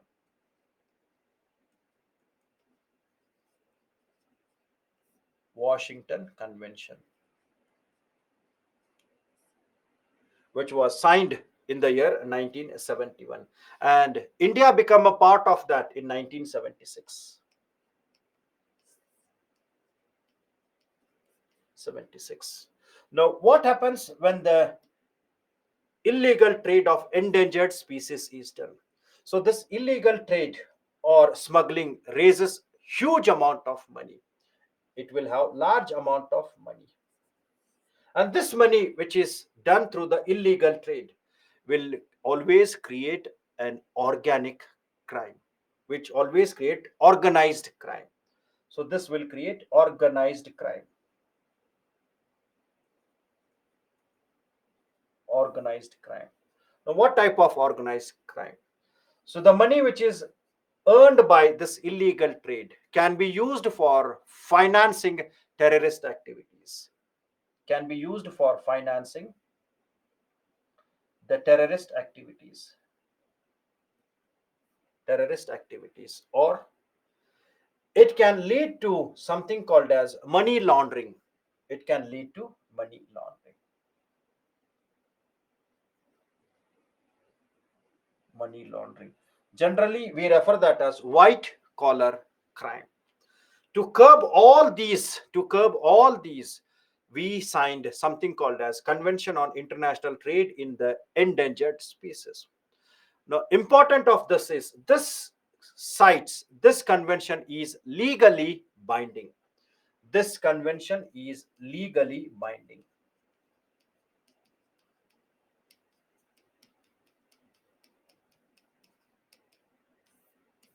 Legally binding, but not self executing. Legally binding, but not self executing.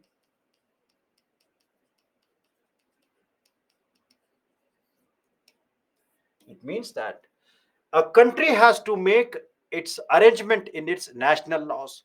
It has to be implemented through the national level framework. It is legally binding, but not self executing. Every country which has signed the sites with this legally binding, it has to implement through its national laws. And that is where India has implemented sites through making amendment of its Wildlife Act of 1972. So we have made the Wildlife Act 1972 amendment, and through this we have introduced the sites in India. We have made an amendment to Wildlife Act 1972, and we have made arrangement for implementing of this. Now the countries which have signed to that, they always meet over a period of a time. And in this convention, all the species which they have identified, they have classified them into three appendices, three categories. Three categories. The first one is Appendix 1, which says that the species which are both threatened with extinction or may be affected. So, strong restriction is done for the trade of this. Strong restriction and strong regulation is done on this. If any trade has to be done, it has to be limited. If any trade has to be done, it has to be limited, very limited. If it is very essential for activities, very limited trade is allowed. Then Appendix 2. Appendix 2. So Appendix 2 consists of the species which may become threatened unless you don't strictly regulate that. So they are something which are not determinantal in the finding, but they are having a threat of extinction. Then Appendix 3, the species which are protected in at least one country. The species which are protected at least in one country. So site consists of three appendices. Now, the important aspect of this is the countries which have signed the conventions, they decide to meet at least once in a year, twice in a year, or at least once in 3 years. So that meeting which is done by these countries which have signed, we refer that as conference of parties. We refer that as conference of parties or COP. COP means conference of parties,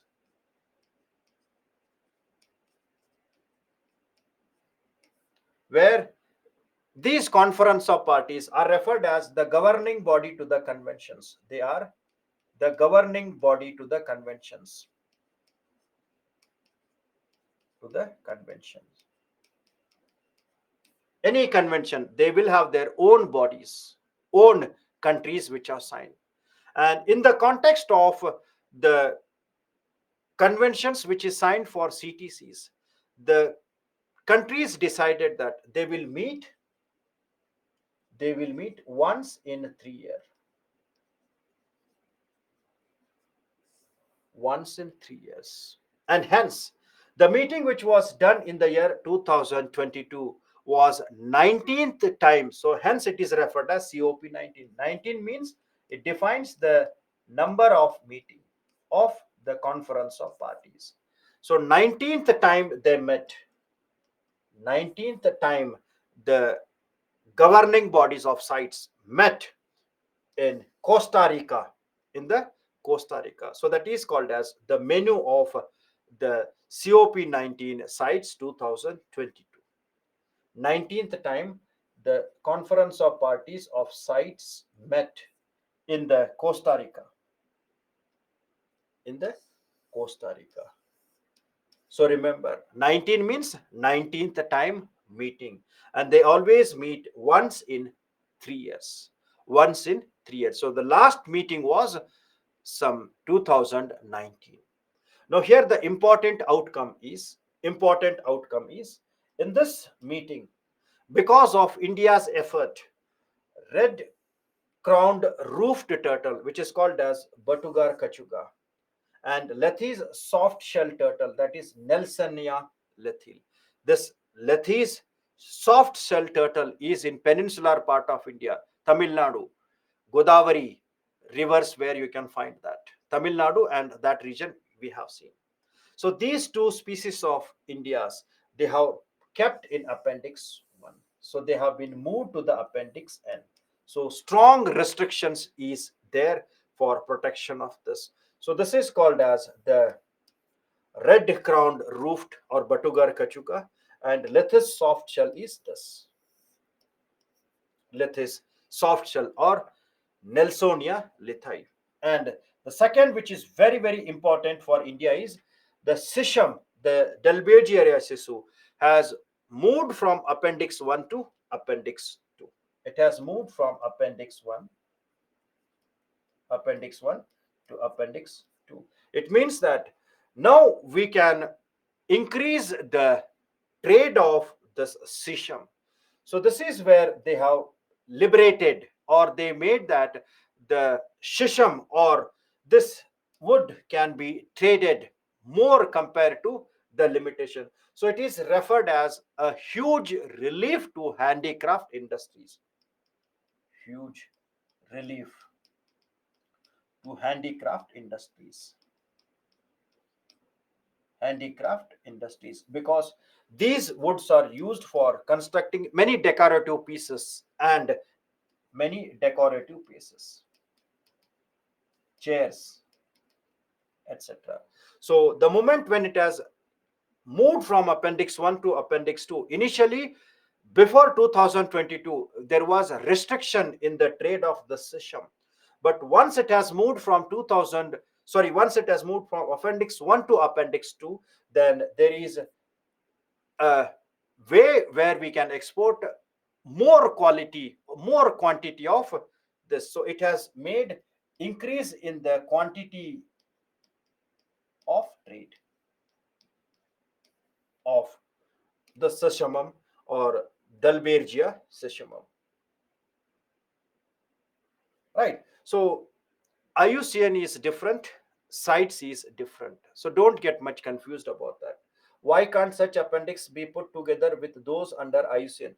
There is a different way. Every institution will have their own methodology in their protection. Conservation is done in different ways. Don't get much confused about that. Keep them as simple in the context. Then this is about sites. This is about the sites. And apart from that, in the sites, it was also decided that you should reduce the risk of zoonotic disease. Reduce the risk of zoonotic disease.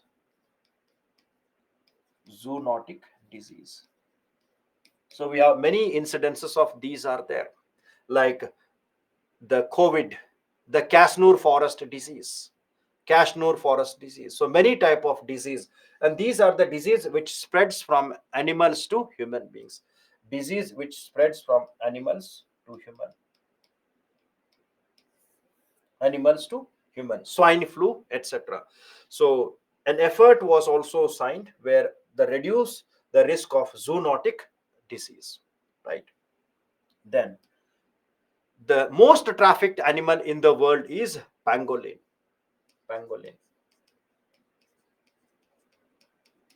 which is the most trafficked animal, most traded, illegally traded, most trafficked animal in the world. And in the context of India, in the context of India, we have two pangolins are there. One is the Chinese pangolin, and this Chinese pangolin is critically endangered, right? And the second one is Indian pangolin, which are in India. Indian pangolin, and Indian pangolin is endangered one.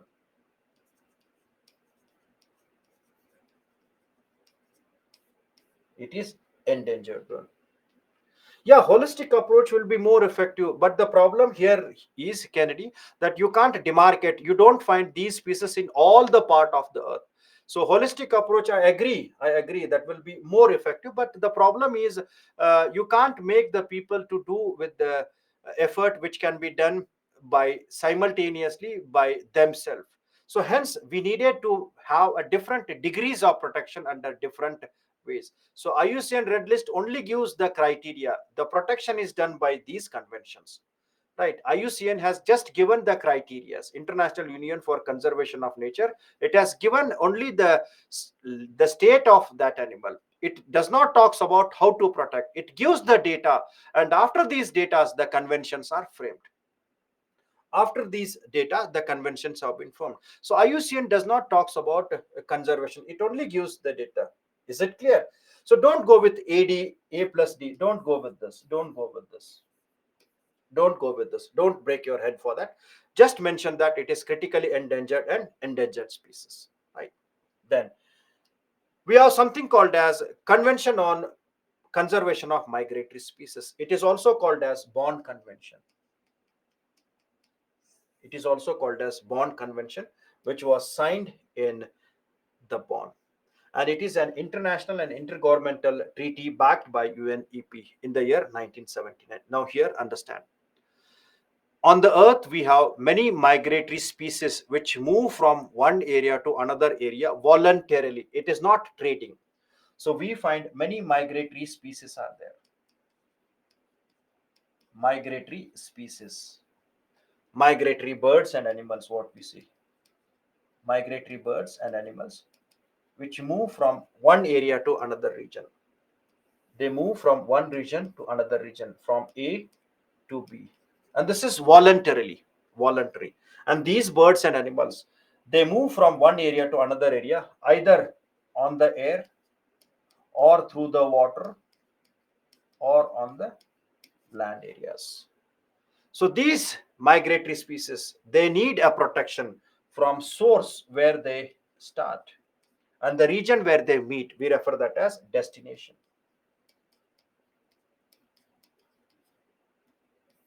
Destination. So these migratory species, that is plants, sorry, the birds and animals, when they move from one area to another area, from source to the destination, they need to be protected when they are traveling through the air, when they are traveling on the land, and when they are traveling through the water. So in all the three modes they have to be protected, because there is always a threat. There is always a threat of accidents, accident because of power, the tower which is there, which can hit to them. And there is a threat of pollution if they are reaching to the destination, the water and the polluted area. So you need to protect through their origin area to the destination area. Now, if we talk about the birds, if we talk about the birds, now the birds always migrate from their area to the destination areas, country to country, country to country, and this is their annual cycle, annual migration, that is for breeding and other activities. And these birds, they always have their paths, they always have their paths which they do not miss, and we refer them as birds flyways. Birds flyways. Now in the context of the world, annual cycles, when the bird migrate from one area, like Central Asia, they will reach to Chilka Lake, Bharatpur Lake, they reach to India, they reach to different wetlands through these flyways. So we have identified there are 9 international flyways are there. There are 9 international flyways are there. And out of these 9 international flyways, 3 passes from India. 3 passes from India. So in these flyways, they always have a threat of accidents, maybe hunting, or maybe for some other cause. So you need to protect them in all the 3 categories: air, water, and land, from source to the destination. And this is referred as the Convention on Conservation of Migratory Species. And here it has divided all the species into two appendices. The appendix 1, which talks about species which are threatened with extinction, and appendix 2, which talks about the species that need or that would need benefit from international cooperation. And here you should remember that this convention, the countries which are signed to that, we refer them as conference of parties. And the conference of parties of this, they also meet once in 3 years, every time once in 3 years. And the present is referred as COP 14. And this COP 14 ended up yesterday. COP 14, which ended up yesterday, that is in Uzbekistan. In Uzbekistan. Right. So you have to make notes of this, which ended up yesterday. So we don't have much details of that, which have been ended up yesterday. And when you talk about COP 13 was held in India. COP 13 was held in India. So that you should remember. COP 13 was held in the context of India. In Gandhinagar, it was held. Now, here, when you are making notes on COP 14, you have to make the outcomes of that. What are the major outcomes of this COP 14? Now, when we talk about its major outcomes, so here it has given something called as the theme, the theme of that, the facts. The theme of that is, I think, nature knows no border. Nature knows no border.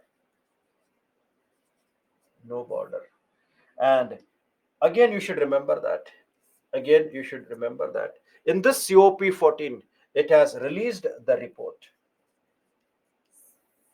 very important report.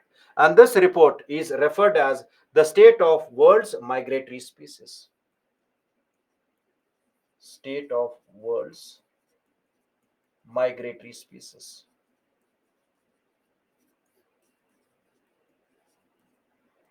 So please make reference of this. Now, in the state of world's migratory species, it has identified that there are large amount of species which are overexploited. So here it is about overexploitation of migratory species. Overexploitation of migratory species has been done. It says that in the appendix 1, in the appendix 1, 89% of the species are overexploited. 89% of the species are overexploited. And it says in the appendix 2, the number of species which are overexploited is 68%. 68% of the species are overexploited. The last point here is, it also says that the species are also under the threat of habitat loss, degradation and fragmentation. Habitat loss, degradation,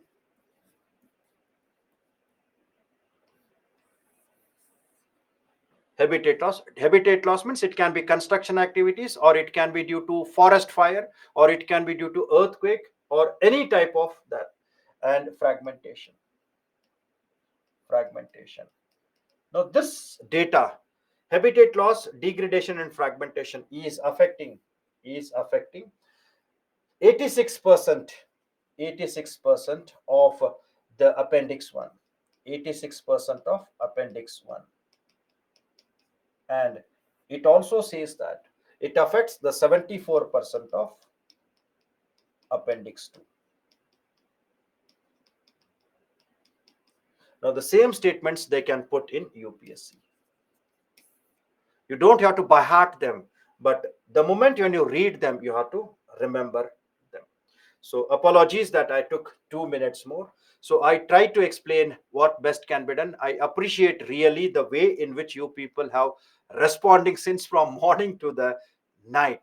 And with this, we will make an end to the today's journey, and we will meet up next weekend. And there, two or three slides of this are left, and then we will take India's biodiversity, followed with ozone depletion, and we will start global warming and climate change as well. Right. So take care, make a proper revision, and we'll meet up on Saturday as usual. The times are there. So till then, revise, read, make updations, and take care of yourself. Bye bye.